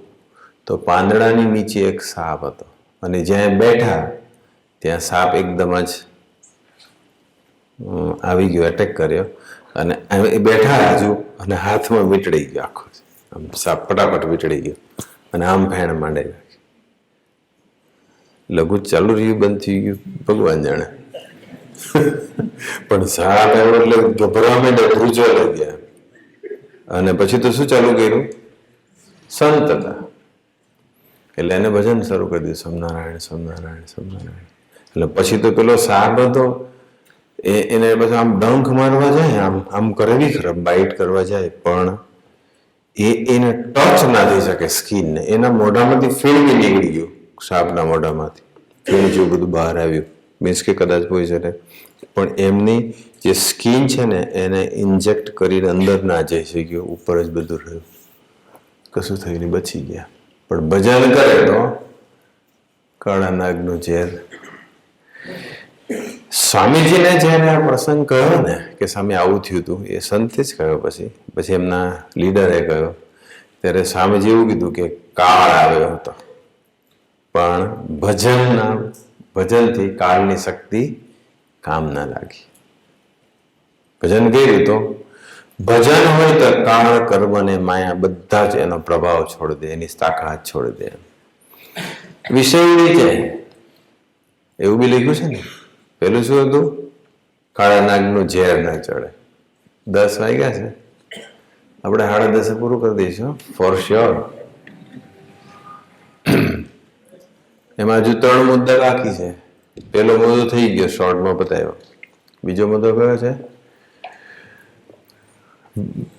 સ્વામિનારાયણ હરે સ્વામી વાત કરી છે. સ્વામિનારાયણ નામના મંત્ર જેવો બીજો કોઈ મંત્ર આજ બળ્યો નથી. એ મંત્રે કાળા નાગનું ઝેર ના ચડે. એ મંત્રે વિષય ઉડી જાય. બીજા મુદ્દા પર આપણે થોડાક વાત કરી લઈએ. પછી ત્રીજો મુદ્દો બ્રહ્મરૂપ થાય, ચોથો કાળ કર્મ, એનો 4 મુદ્દા પર આપણે વાત કરી લઈએ. મંત્રનો મહિમા, મહામંત્ર, સ્વામિનારાયણ મહામંત્ર. આવા સ્વામિનારાયણ જેવો મંત્ર જેવો બીજો કોઈ મંત્ર આજ બળ્યો નથી, એવું કહી દીધું. રાઈટ, મોસ્ટ પાવરફુલ મંત્ર એ સ્વામિનારાયણ. અને એ સ્વામિનારાયણનો મંત્ર પાછું પ્રગટ જે સંત છે, જેના દ્વારા ભગવાન પ્રગટ, એની સ્મૃતિ સહિત કરો એટલે પતી ગયું. કામ કરે ને સ્મૃતિ સહિત કરવો પડે, એને સંભાળીને. એકલું ડ્રાય ભજન નહીં કરવાનું, મેમરી સ્મૃતિ સાથે કરવાનું, અથવા પ્રાર્થના સાથે, અથવા પ્રસંગોનું મનન ચિંતન કરતા કરતા. એક પ્રસંગ છે અમેરિકાની અંદર, સાંભળજો. એક બ્રધર અને સિસ્ટર, 2 જણા રહે ઘરમાં. સિસ્ટર છે એ મેરિડ અને એના હસબન્ડ છે એ ઇન્ડિયા હતા.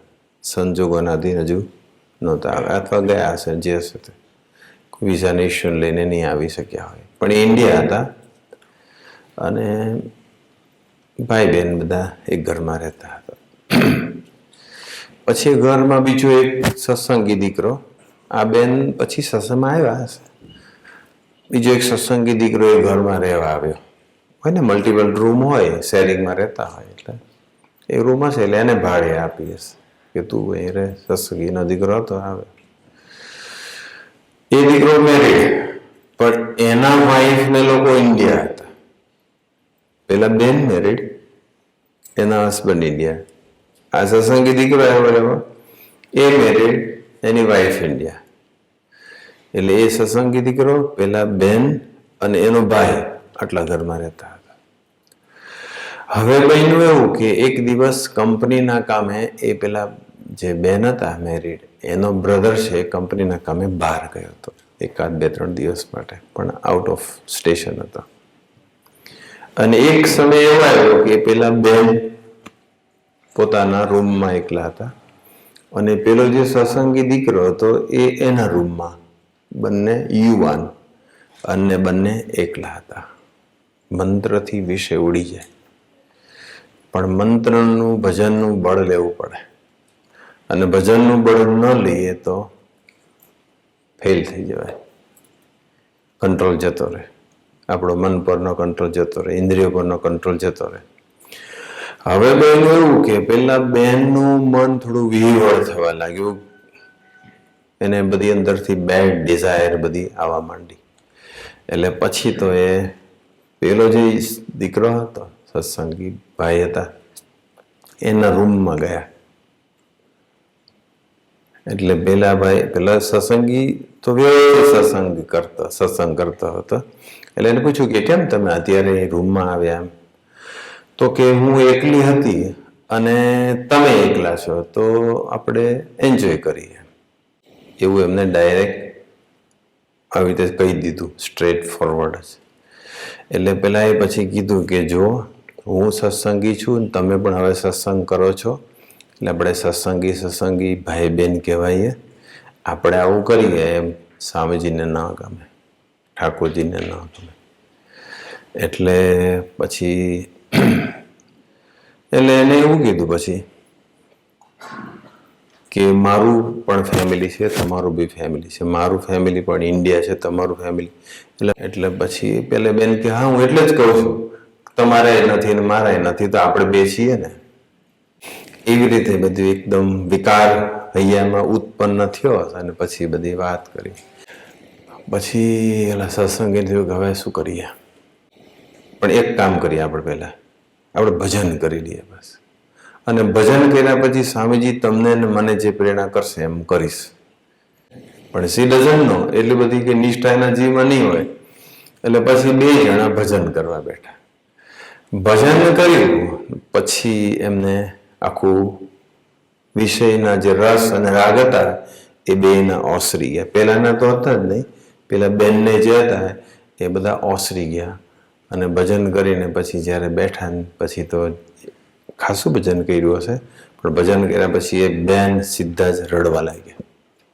અને રડીને પછી સોરી કીધું કે મારી ભૂલ થઈ ગઈ કે મેં તમારી આગળ આવી વાત મૂકી, આવી રિક્વેસ્ટ કરી, મને તમે માફ કરી દેજો. બસ સ્વામીજીને પ્રાર્થના કરજો કે મારાથી આવી ફરી ભૂલ ના થાય. પણ ભજન કરીએ ને તો વિષયના રસ અને રાગ વિશ્વાસપૂર્વક ભજન કરવું પડે અને કરવું પડે. જો ન કરીએ તો પછી આપણે ખેંચાઈ જઈએ, નપાસ થઈ જવાય. એટલે એક અહીંના જ નામ નથી આપતો, પણ અહીંના જ એક યુવકની વાત કરું છું. 45 વર્ષ થઈ ગયા એના.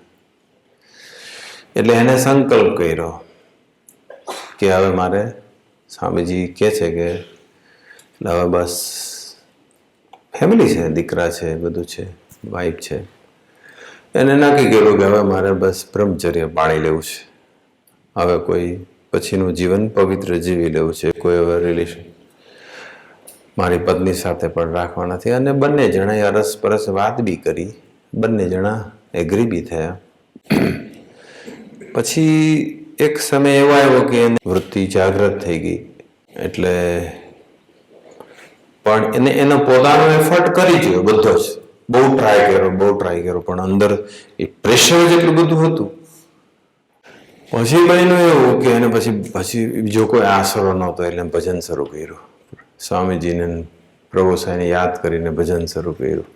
એટલે 1-2 વર્ષ પહેલાનો જ પ્રસંગ છે, બહુ જૂનો નથી. પ્રભુ સાંઈને અંભારીને ભજન કરીને પ્રાર્થના કરી તો થોડીક મિનિટો થોડું તકલીફ પડી, પણ પછી મન શાંત પડી ગયું. વિષયના રસ અને રાગ ઓછા થઈ જાય. બાકી તો કોઈ એવું પુરુષ નથી કે જેને સ્ત્રી ના જોઈએ, અને કોઈ એવી સ્ત્રી નથી કે જેને પુરુષ ના જોઈએ. એવું તો સ્વામીની વાતમાં લખ્યું. એમાંથી નોખો પાડવાનો એક જ રસ્તો છે, નિજાત્માનમ બ્રહ્મરૂપમ. પણ જ્યાં સુધી નિજાત્માનમ બ્રહ્મરૂપમ પ્રમાણે જીવતા નથી, ત્યાં સુધી આપણને આવા જ્યારે વિષયના રસ અને રાગ ભજવતા હોય તે વખતે ભગવાનને ઉપાયભૂત કરવાના. એટલે સ્વામીની વાતમાં એટલે લખ્યું છે કે વિષય ઉડી જાય છે, ઉડી ગયા આ 2 પ્રસંગમાં. એક પેલા એક બેનનો, અને આ એક પેલા અમેરિકાના બેન હતા, આ યુકેનો યુવક હતો. તો એવું થયું. પછીનો જે મુદ્દો છે કાળ કર્મ બ્રહ્મરૂપ થવાય, કાળ કર્મને એમાં એનું બંધન છૂટી જાય, એની પર પેલા આપણે વાત કરીએ. કાળ કર્મ અને માયાનું બંધન, ઘણી બધી પ્રકારનું બંધન. આપણે કર્મ, ગુંડું કર્મ કર્યું હોય એટલે કોઈને કોઈ રીતે પ્રારબ્ધ આવી જાય, પછી એ ફિઝિકલ ડિઝીઝ આવી જાય, ફાઇનાન્શિયલ બધું ડેપ્થ થઈ જાય, કશું એક્સિડન્ટ થાય, કશું બી નાનો મોટો પ્રસંગો બન્યા કરે, એ બધું કર્મનું બંધન છે. રાઈટ. તો એ કર્મને એક હરિભગત હતા, એને મુંબઈના એક હરિભગત, એને 50 લાખ રૂપિયાનું દેવું થઈ ગયું. એટલે ભક્તિપ્રિય સાંઈ પાસે ગયા. ભક્તિ સાંઈને કે ભક્તિ સાંઈ કંઈક કૃપા કરો, સ્વામીજીને કહો મને કંઈક કૃપા, 50 લાખનું દેવું થઈ ગયું છે. ભક્તિ સાંઈ બધું કે માંડીને તો વાત કર, શું એક્ઝેક્ટ પ્રોબ્લેમ છે. પછી એને બધું કીધું, અને પછી ભક્તિ સ્વામીએ સ્વામીજીને વાત કરી. અને સ્વામીજી તે વખત થોડા ઉતાવળમાં હતા. પછી સ્વામીજીને એક ભક્તિ સાંઈ શોર્ટમાં કહી દીધું કે આને આવું થયું છે, ને બધું પૈસા એના બધા બ્લોક થઈ ગયા, આવતા નથી, ને એને 50 લાખનું દેવું થઈ ગયું છે. ને સ્વામીજી એક જ લીટી કહીને નીકળી ગયા. સ્વામી કે રોજ અહીંયા કાંદિવલી, તે વખતે આપણું કાંદિવલી જૂનું મંદિર હતું કમલાનગર, તો કે અહીંયા મંદિર, અહીંયા આવીને 20 મિનિટ ભજન કરવાનું રાખ, બસ આટલી આજ્ઞા પાડ. તે રોજ 20 મિનિટ આવીને ભજન કરી જતા હતા.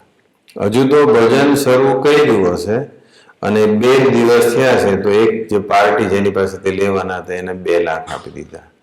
બીજા અઠવાડિયે થયું છે, એમાં બીજો એક જણ 11 લાખ આપવા માંડ્યો. હજુ તો એક અઠવાડિયું ભજન કર્યું, એમાં તો બધા બ્લોક થયેલા પૈસા સામે ચાલીને લોકો આપવા લાગ્યા. પછી એને વિશ્વાસ બહુ વધી ગયો કે ભજન કરું. ભજન કરીએ તો ભૂંડું કર્મ જે આવીને ઊભું રહી ગયું હોય, જે પ્રારબ્ધ સ્વરૂપમાં આવીને ઊભું રહી ગયું હોય, એ જતું રહે. ભજન કરવું પડે. ભજનમાં બહુ તાકાત છે, બહુ તાકાત છે. એટલો બધો પાવરફુલ મંત્ર છે, પણ આપણને એનો ખ્યાલ નથી. એમ એક સાંધિઓના એક હરિભગત છે, ડૉક્ટર છે, પોતે પશુના ડૉક્ટર, વેટરનરી. હવે કોઈ ઢોરની કે બીમાર ઢોરની ટ્રીટમેન્ટ કરતા હશે, પેલું એને ઇન્જેક્શન આપતા હશે, એમાં સમહાવ કોઈ ઇન્ફેક્શન લાગી ગયું હશે. એટલું બધું ધ્યાન નહીં રહે, કોઈ પ્રોટેક્શન નહીં કર્યું હોય, ગ્લોવ્સ આ તે બધું એમને કદાચ કર્યું હશે મે બી, અને એનું ઇન્ફેક્શન લાગી ગયું, એને લઈને આખા શરીરની અંદર ફોલ્લીઓ થઈ ગઈ, અને બહુ જ ઇચિંગ થાય અને પેઇન થાય, અને બધું આખું શરીર બધું લાલ લાલ થઈ ગયું. બંને હાથ આખા લાલ, એ હાથ ખાસ લાલ લાલ થઈ ગયા.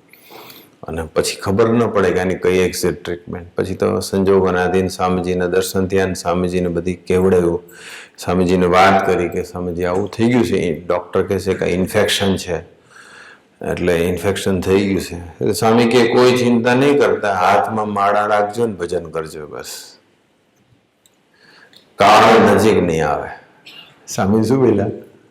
આત્મા મારા રાખજો, ભજન કરજો, કાળ થોડાક દિવસમાં બધું જય સ્વામિનારાયણ બધું ઇન્ફેક્શનની જે અસર હતી, ફોલ્લીઓ બધી હતી, એ મટી ગઈ. ભજનની એટલી તાકાત છે, મહામંત્રની એટલી બધી તાકાત છે. રાજકોટની અંદર એક હરિભગત છે.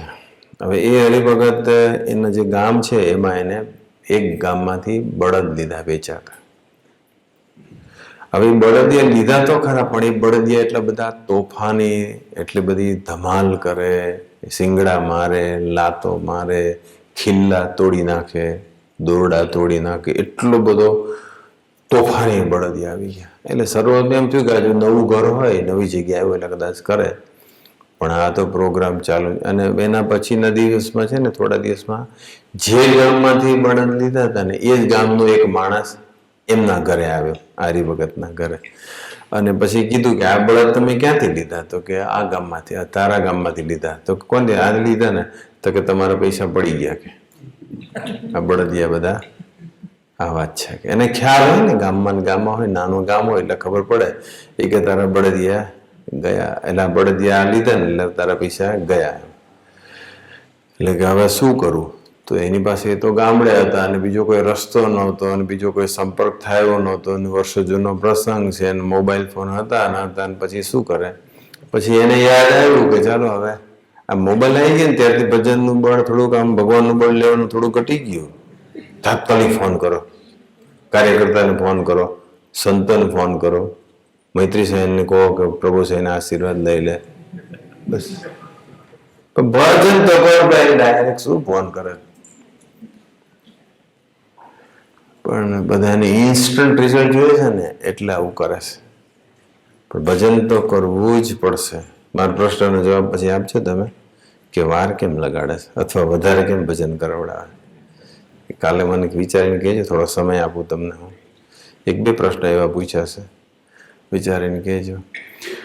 પછી છે ને એને તો પછી બીજો કોઈ રસ્તો નહોતો એટલે પછી શું કર્યું કે જ્યાં બાંધ્યા હતા ને બળદિયા એની થોડેક દૂર એ પોતે જ બેસી ગયા અને ભજન કરવા લાગ્યા. સ્વામિનારાયણ સ્વામિનારાયણ, એના વાઇબ્રેશન બળદ સુધી પહોંચે ત્યાં સુધી. એટલે ટૂંકમાં નજીકમાં એમ 10 મિનિટ ખાલી કે મેં ભજન કર્યું છે. આ હરિભગત જેને પ્રસંગ છે ને, હું રાજકોટ સેવામાં હતો ને ત્યારે એને આ પ્રસંગ મારી સાથે શેર કરેલો. 2001-2003 હું રાજકોટ હતો ત્યારે.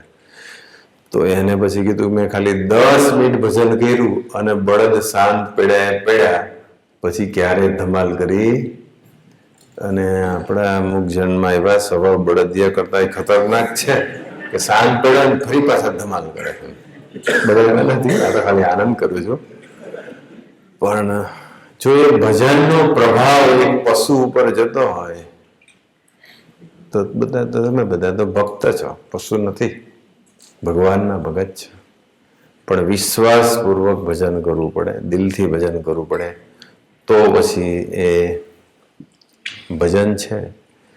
જે વાત કરી કે કાળ, કર્મ અને માયા એનું બંધન તોડી નાખે, એટલી બધી ભજનની તાકાત છે. 10:15 થયા છે. હરિધામની અંદર અમે જ્યારે હતા ત્યારની વાત છે. એક જે સંત છે એ સંતને ઈર્ષા આવવા માંડી. ઈર્ષા ગમે ત્યારે આવે, આવે ને, ઈર્ષા આવે જ. સ્ત્રીમાં ઈર્ષાનું પ્રમાણ વધારે હોય, સ્ત્રીમાં ઈર્ષા અને અપેક્ષા બહુ વધારે હોય. પુરુષમાં કંઈક બીજું વધારે હોય, ઈગો વધારે હશે, કંઈક હશે. પણ એક કોઈનું સહેજ બી પ્રગતિ જોવે એટલે સહન ના થાય. કોઈ વધારે સારું લાગતું હોય, કોઈ વધારે કમાતું હોય, કોઈ વધારે આગળ નીકળી ગયો હોય, લૌકિક રીતે, ફાઇનાન્શિયલી કે સ્પિરિચ્યુઅલી કોઈ પણ રીતે આગળ નીકળી જાય. કોઈને કદાચ વધારે પ્રેમ મળે છે તો એ ઈર્ષા આવે. હારું આને પ્રેમ મળે છે, હારું આપણને તો જો આને પ્રભુ છે હક કર્યું, મંદ ક્યારે કરશે? રાઈટ. આ મોટા મોટા એવું કરે. કોઈ વખત પ્રભુ તો બાજુમાં, હું કોકને કરું તો પેલો મને કરો. એટલે એ તો જો કે પેલી ઈર્ષાથી નહીં કહેતો હોય, અને હોય તો ખબર નહીં.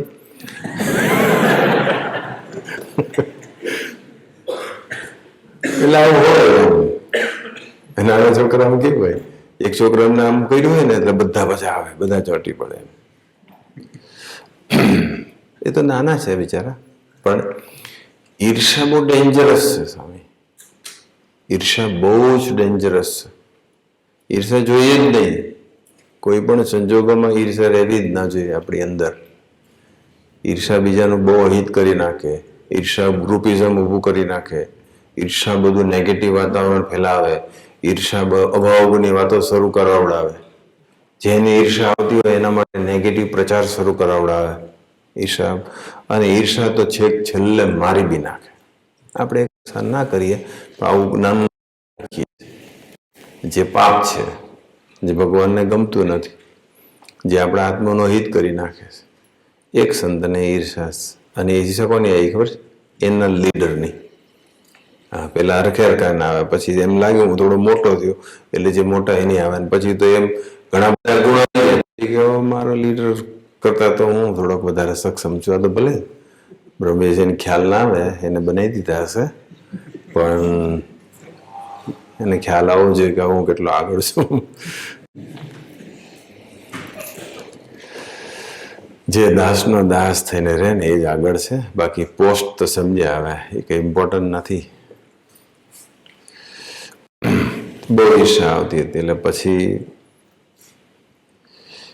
એને પછી કરવું શું? ઈર્ષા પછી નીકળે નહીં, પોતાને જાતે કરીને નીકળે નહીં. પછી એને સ્વામીજીને પ્રાર્થના કરી કે સ્વામીજી મને બહુ ઈર્ષા આવે છે. તો સ્વામીજી કે તારી ઈર્ષા કાઢવી છે? તો કે હા સ્વામી મારે કાઢવી છે. તો કે હું કહું એમ કરીશ? તો કે હા હું કરીશ. 100% કરીશ? તો કે હા હું 100% કરીશ. તો કે દરરોજ બપોરે 1 થી 4 ડેરીએ જવાનું અને 3 કલાક રડતા રડતા ભજન કરવાનું. 7 દિવસ થશે, 7 દિવસ ખાલી તું ભજન કરજે, પછી તું જો ગુણાતીત પુરુષોના પ્રસંગ વિચારતો રહેજે અને 3 કલાક ભજન કરજે. એ જ સંતે કહેલો પ્રસંગ છે કે મેં 7 દિવસ ભજન કર્યું અને સ્વામીજીની કૃપાના ફળ સ્વરૂપે કે ભજન કરવાના કારણે મને હવે ઈર્ષા નથી આવતી. બસ ઈર્ષા ટળી ગઈ. ઈર્ષા એક માયા છે ને, 8મા ઈર્ષા એ માયા છે. કાળ કર્મ ને માયાનું જેટલું ચાલવા દો એટલું ચાલે. અને સ્વામિનારાયણ નામનો મંત્ર બોલો એટલે કાળ કર્મ અને માયાનું બંધન છૂટી જાય. કેટલા બધા પ્રસંગો છે કે સ્વામિનારાયણ નામનો મહામંત્ર કેટલું બધું કામ કરે છે, રાઈટ?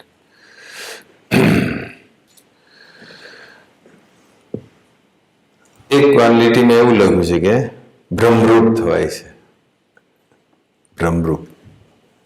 પણ એ બ્રહ્મરૂપ થવા માટે પહેલા એક પ્રસંગ કહી દો, પછી એ વાત કરું કે એક સાધકે સ્વામીજીને કહ્યું, સાધક હરિધામના જશે કદાચ કોઈ, એને કીધું કે સાહેબ હું ભજન કરું છું ને પણ મને બહુ જ ભૂંડા ઘાટ ઉઠે છે, અનંત પ્રકારના આમ વિચારોની હારમાળા એટલી બધી આવે છે ને પછી મને ભજન કરવાનું મન થતું નથી. મોટા ભાગના આવું ઘણા થાય છે કે ભજન કરવા બેસે ને બધા જાત જાતના વિચાર આવે ને પછી એમ થાય કે હું ભજન કરું છું કે હું શું કરું છું, એની કરતા ભજન ના કરું તો સારું, એમ કરીને પછી એ ગીવઅપ કરે છે. ફિઝિકલી ભજન કરવાનું જ, ભજનની ક્વોલિટી કઈ રીતે ઇમ્પ્રુવ થાય એવો પ્રયત્ન કરવાનો, પણ ભજન બંધ નહીં જ કરવાનું. અને એક કામ કરવાનું, જો મનનો સ્વભાવ છે ને wandering, to wander is a nature of our mind. એ ભટક્યા જ કરશે આમથી તેમ આમથી તેમ. એટલે એ મનને છે એંગેજ કરી દેવાનું, ઓક્યુપાય કરી દેવાનું. ફ્રી જો રાખવું માઇન્ડ, એ ભૂત જેવું છે. ભૂતને ફ્રી રાખો તો વળગે, એમ મનને ફ્રી રાખશો તો વળગશે. ક્યાં વળગશે? તો કે વિષયમાં અને તમારી બધું પેન્ડિંગ કામો એમાં, નાની મોટી ચિંતાઓમાં અને બધે એમાં જ વળગેલું રહેશે. અને એ બધું પ્રોબ્લેમ્સ તમારી સામે રજૂ કરશે, આ છે આ છે, એટલે તમે વધારે દુઃખી થઈ જશો. જે પ્રોબ્લેમ સોલ્વ કરવા માટે તમે ભજન કરો છો એ જ પ્રોબ્લેમ મન તમને કહેવા માંડે છે આ તકલીફ છે, આ તકલીફ છે, એટલે તમારો પ્રોબ્લેમ જાડો થાય છે. એટલે ઘણા કે હું ભજન કરું છું તો પ્રોબ્લેમ વધે છે. પણ ભજન કરતી વખતે તું ભજન નથી કરતો ભગવાનનો, ભજન કરતી વખતે તું તારા પ્રોબ્લેમનું ભજન કરે છે, એટલે માથાકૂટ છે. તો ભજન કરતી વખતે મનને નવરું નહીં રાખવાનું. ભજન કરતી વખતે મનને એડવાન્સમાં પ્રિપેર થઈ જવાનું. Be prepare before you sit for bhajan. Preparation શું કરવાની? તો કે અત્યારે હું 30 મિનિટ ભજન કરું છું, તો આજે હું આત્મીયતાના, સરળતાના, દાસત્વના, સ્વધર્મના પ્રસંગો વિચારીશ. પ્રસંગો તૈયાર રાખો, યાદ રાખી લો, અથવા પીસ ઓફ પેપર નાની ચિઠ્ઠીમાં લખી કાઢો, કઈ પણ જગ્યાએ લખીને તૈયાર રાખો. જે બી કરવું એ કરો. છેવટે વચનામત લઈ લો, એક વચનામત વાંચીને ભજન કરો. સામેની વાતો લઈ લો, એ વાંચીને ભજન કરો. પણ મનને તમે ફ્રી નહીં રાખતા, અધરવાઇઝ યુ કેનોટ એન્જોય ભજન. એક દિવસ એવો આવશે ભજન છોડી દઈશ. પેલા એ કીધું કે સ્વામી મને બહુ બધા વિચારો આવે છે ને, એટલે ભજન કરવાનું મન થતું નથી. પછી સ્વામી કીધું કે તું કોઈ પણ પ્રસંગે પોતાના દોષ જોઈને ભજન કરજે. જા બ્રાહ્મણી સ્થિતિ સુધી તને કોઈ દેશકાળ નહીં લાગે. કોઈ પણ પ્રસંગ બને ત્યારે તારે પોતાનો દોષ જોઈને ભજન કરજે. કથા વાર્તામાં ડૂબી જશે, લીલા ચરિત્રમાં ગુણાતીત પુરુષનો આ રીતે ભજન કરજે. જા એટલે શુદ્ધ બ્રાહ્મણી સુધીમાં દેશકાળ, ત્યાં સુધી દેશકાળ નહીં લાગે. ઇટ મીન્સ આપણું ભજન આપણને બ્રાહ્મણી સ્થિતિ સુધી લઈ જાય છે બસ. પણ બીજું ફાસ્ટેસ્ટ વે કયો છે ખબર છે? ઇટ ઇઝ ડિફિકલ્ટ, અને એ થોડું લર્ન કરવું પડે, શીખવું પડે. પણ ભજન જ્યારે કરીએ ને, હું સ્વામી તું નારાયણ એવા ભાવથી ભજન કર્યું, હું અક્ષર જ છું, બ્રહ્મ છું, હું ગુણાતીત છું, હું દેહ નથી. દેહમાં દોષ હોય, ગુણાતીતમાં દોષ ન હોય, હું તો ગુણાતીત છું. એ શીખવું પડશે. અત્યારે હું બોલું ફાવી જાય એવું નથી, ઇટ ટેક્સ ટાઈમ. પણ એવા ભાવથી જો ભજન કરીએ તો એ બ્રહ્મરૂપ કરે ને પોતે જ બ્રહ્મરૂપ, પોતાને જ બ્રહ્મ માને, પછી ક્યાં પ્રશ્ન છે? એટલે ભજનના આટલા બધા ફાયદા છે. એક છેલ્લો પ્રસંગ કહીને મારી સેવા પૂરી કરું. મારો પોતાનો એક્સપિરિયન્સ. મને કાલે કોકે કીધું, કોણે કીધું યાદ નથી મને, કે પેલો તમારો ટાયર વાળો પંચર પડ્યો એ પ્રસંગ કહેજો ને, ભજન વાળો ટાયર બર્સ્ટ થઈ ગયો, પછી યાદ આવી ગયું. એ પ્રસંગ કહીને મારી સેવા પૂરી કરનાર. 2000ની સાલમાં મહામંત્ર આપણે સમય મહામંત્ર દ્વિશતાબ્દી મહોત્સવ ઉજવ્યો, રાઈટ? એનું આગલું વર્ષ હતું, એટલે કદાચ 2000ની સાલ હશે, મે બી. હા. અને તે વખતે સમર હતો અને મારે જવાનું હતું USA. જુલાઈ કદાચ મહિનો હતો, જુલાઈ મહિનો. હા. અને મુંબઈથી ફ્લાઇટ હતી, એટલે મારે મુંબઈ જવાનું હતું. પણ તે વખતે બધો લગેજ, જે બધા સંતો આવવાના હતા, વડીલ સંતો અને બધા સ્વામીજીને બધો સ્ટાફ જે કંઈ હશે, એટલે બેગો ખૂબ હતી. એટલે મોટી જે ટેમ્પો ટ્રાવેલર આવે છે ને, એ ટેમ્પો ટ્રાવેલરમાં બધી મોટી મોટી, તે વખતે 32 કિલોની બેગો હતી, હવે 23 થઈ.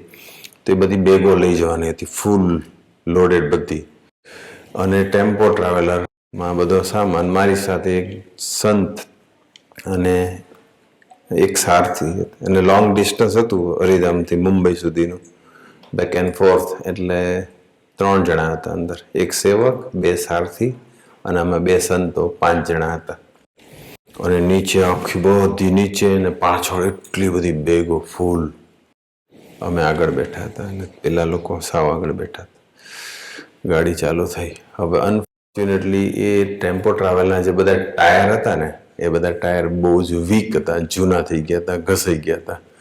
પણ હવે ચાલતા હતા, એટલે બહુ એટલું બધું તે વખતે આવું બધું નહોતું કે હવે આ તમારું ટાયર એટલું ખરાબ થઈ ગયું છે તો નોટિફિકેશન ના આવે, બદલા આમ તેમ, રેગ્યુલર સર્વિસ બી ના થતી હોય, એવું બધું હશે. એટલે પછી તો નીકળ્યા અમે.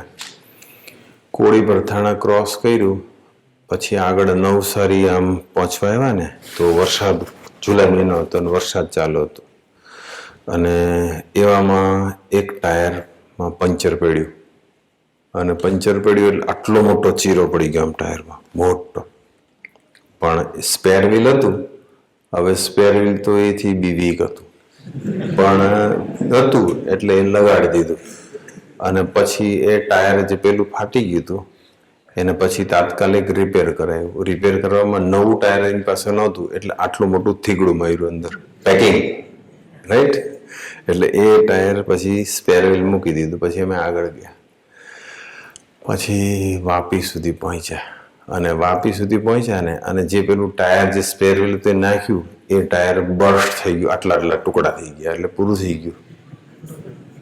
હવે એક ટાયર સ્પેર વ્હીલ હતું એ ગયું, અને બીજું બી ખરાબ હતું. હવે એ પેલું હતું કેવું હતું, રિપેર કરાયું હતું પણ મોટો અંદર મોટું પેકિંગ મૂક્યું હતું. એટલે આમ એક રાઉન્ડ મારે ને ઠકક ઠકક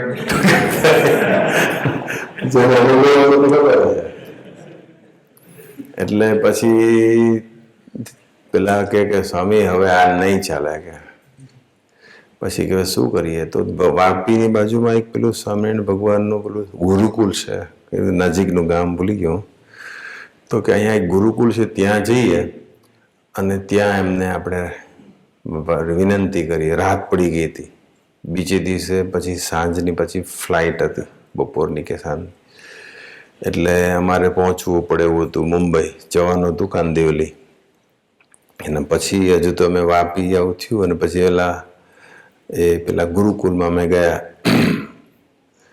પછી ત્યાંના બિચારા સેવકોના સંત ઓલા હતા, એ બિચારા ઉઠ્યા અને અમને કીધું તો કે અમારે અહીંયા 3-4 ઓળખે છે પંક્ચરવાળા અને ટાયરના બિઝનેસવાળા. એનો રાત્રે 3 વાગે એ લોકો સેવકો અને પેલા એમના સેવકો, આપણા સારથી સેવકો લોકો ટાયર શોધવા માટે નીકળ્યા.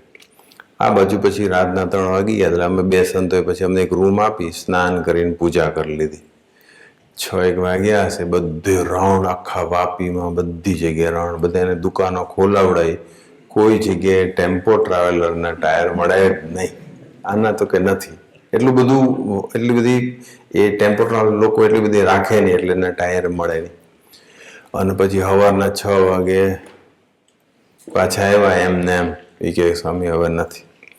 એટલે મને કે હવે તમે મુંબઈ ફોન કરો અને ત્યાંથી સેવકને કહો કે તાત્કાલિક ટાયર મુંબઈથી મળી જશે, ત્યાંથી 2 ટાયર લઈને નીકળે અને અહીંયા આવે.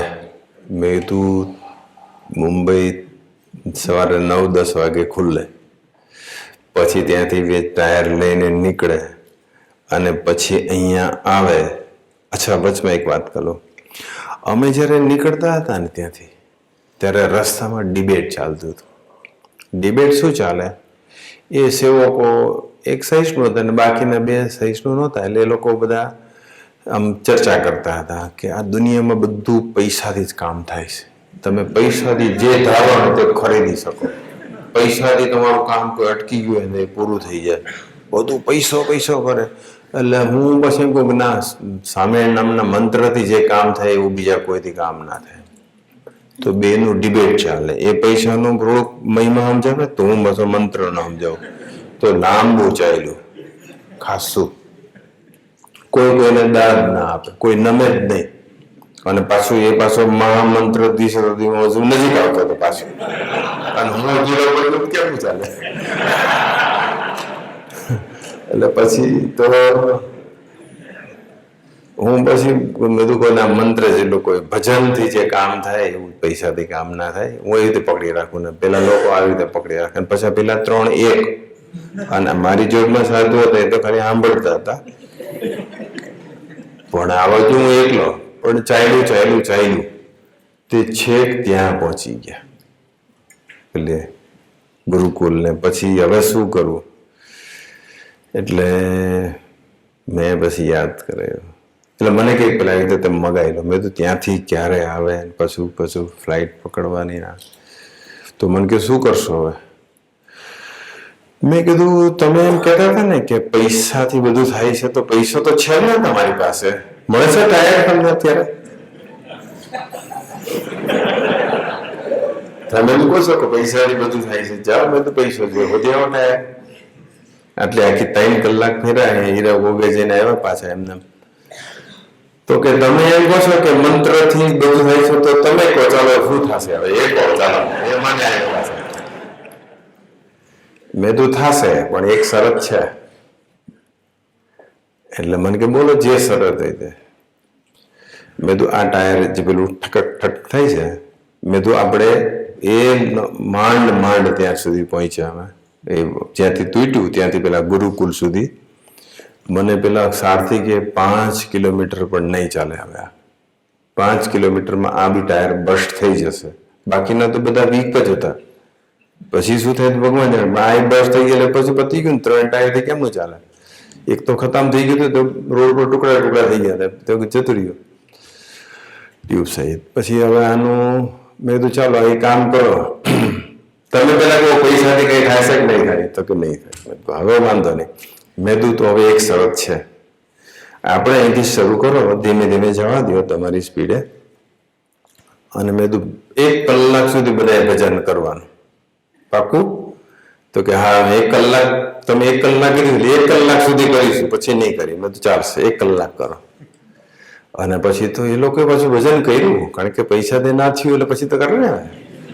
એટલે પછી અમે 5 જણાએ ભજન કર્યું, 2 સંતો 3 સેવકો ભજન કર્યું, સ્વામિનારાયણ સ્વામિનારાયણ. વાપીથી આમ સ્ટાર્ટ કર્યું. હવે 1 કલાક થયો ને એટલે લોકો કીધું કલાક થયો, સજાના સર મારે નીચે. હવે મેં નહીં કરીએ. મેં કીધું વાંધો નહીં, તમે તમારી આજ્ઞા પાડી લીધી, વાંધો નથી. મેં પછી ભજન ચાલુ રાખ્યું અને ભજન કરતા કરતા સ્વામીજીને પ્રાર્થના કરી દીધું, સ્વામીજી આજે આ મંત્ર ઉપર બધું ચાલે છે, તમે મારે રાખજો. અને પછી એમ કરતા કરતા કરતા 40 ઉપર ચાલતી હતી, કારણ કે એમ ઠાયા કરે એટલે એમ કરતા કરતા કરતા મુંબઈ દહીસર ટોલ નાકા ક્રોસ કર્યું. બોરીવલી પાસે પહોંચ્યા ને ત્યાં એક પોલીસ, ટ્રાફિક પોલીસ હાથ જો કર્યો, હેલો ઊભી રાખી. એટલે મને પેલા સારથી કે જો આ નવો પ્રોબ્લેમ આવ્યો, કરો હવે તમે સોલ્વ. હવે શું કરશું, કારણ કે આખી ગાડી ફૂલ્લી લોડેડ હતી અને ટાયર બધા ખતમ થઈ ગયા. ટાયર તો એને નડતું નથી, પણ એને તો આટલો બધો સામાન શું છે ચેક કરે. એટલે મને કહેવા તમે કરો. અને પછી ત્યાંથી મેં આમ પેલું સ્લાઇડિંગ ગ્લાસ હતો, એ ગ્લાસ ખોલ્યો ને પછી પેલા ટ્રાફિક પોલીસને મેં જય સ્વામિનારાયણ આમ હાથ જોડી કીધું. એટલે કહું આ તો આમાં સંતો છે, જવા દો.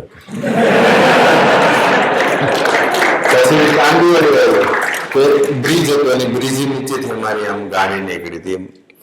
ત્યાં પાછો બીજો પોલીસ આવ્યો અને ત્યાં તો બધા મારા સ્ટેન્ડ, એટલે બધા પોલીસ પાછી ફરી ઊભી રાખી ત્યાં બીજું. મને કે લો આ ફરી આવ્યું જો.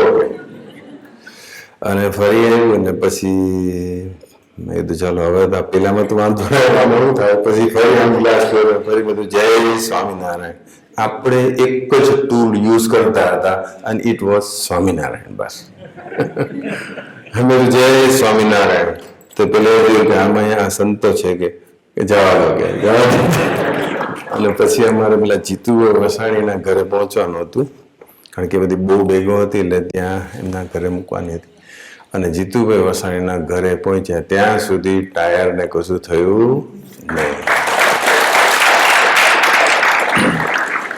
અને પછી મને એમને કીધું, પેલા જે સારથી હતા ને પછી મેં નીચે ઉતર્યા. એ પેલા 3 સેવકો હતા, બેગો મોટી મોટી ઘણી હતી. એટલે મને કે તમે હવે છે ને ઉપર જતા રહો, કે તમારે કોઈ સામાન, મેં તું ખાલી મારી હેન્ડબેગ લઈ લઉં, તમારે કોઈ વસ્તુ હેન્ડબેગને પણ આજે અડવાની નથી, બધું અમે ઉતારીશું. કે પછી મને કે એ ખુલ્લા દિલે મને કે સાચું કહું, આજ દિન સુધી છે ને હું તમને ઓર્ડિનરી સાધુ સમજતો હતો. એટલે મેં કીધું કે હું ઓર્ડિનરી છું પણ મંત્ર એક્સ્ટ્રા ઓર્ડિનરી છે.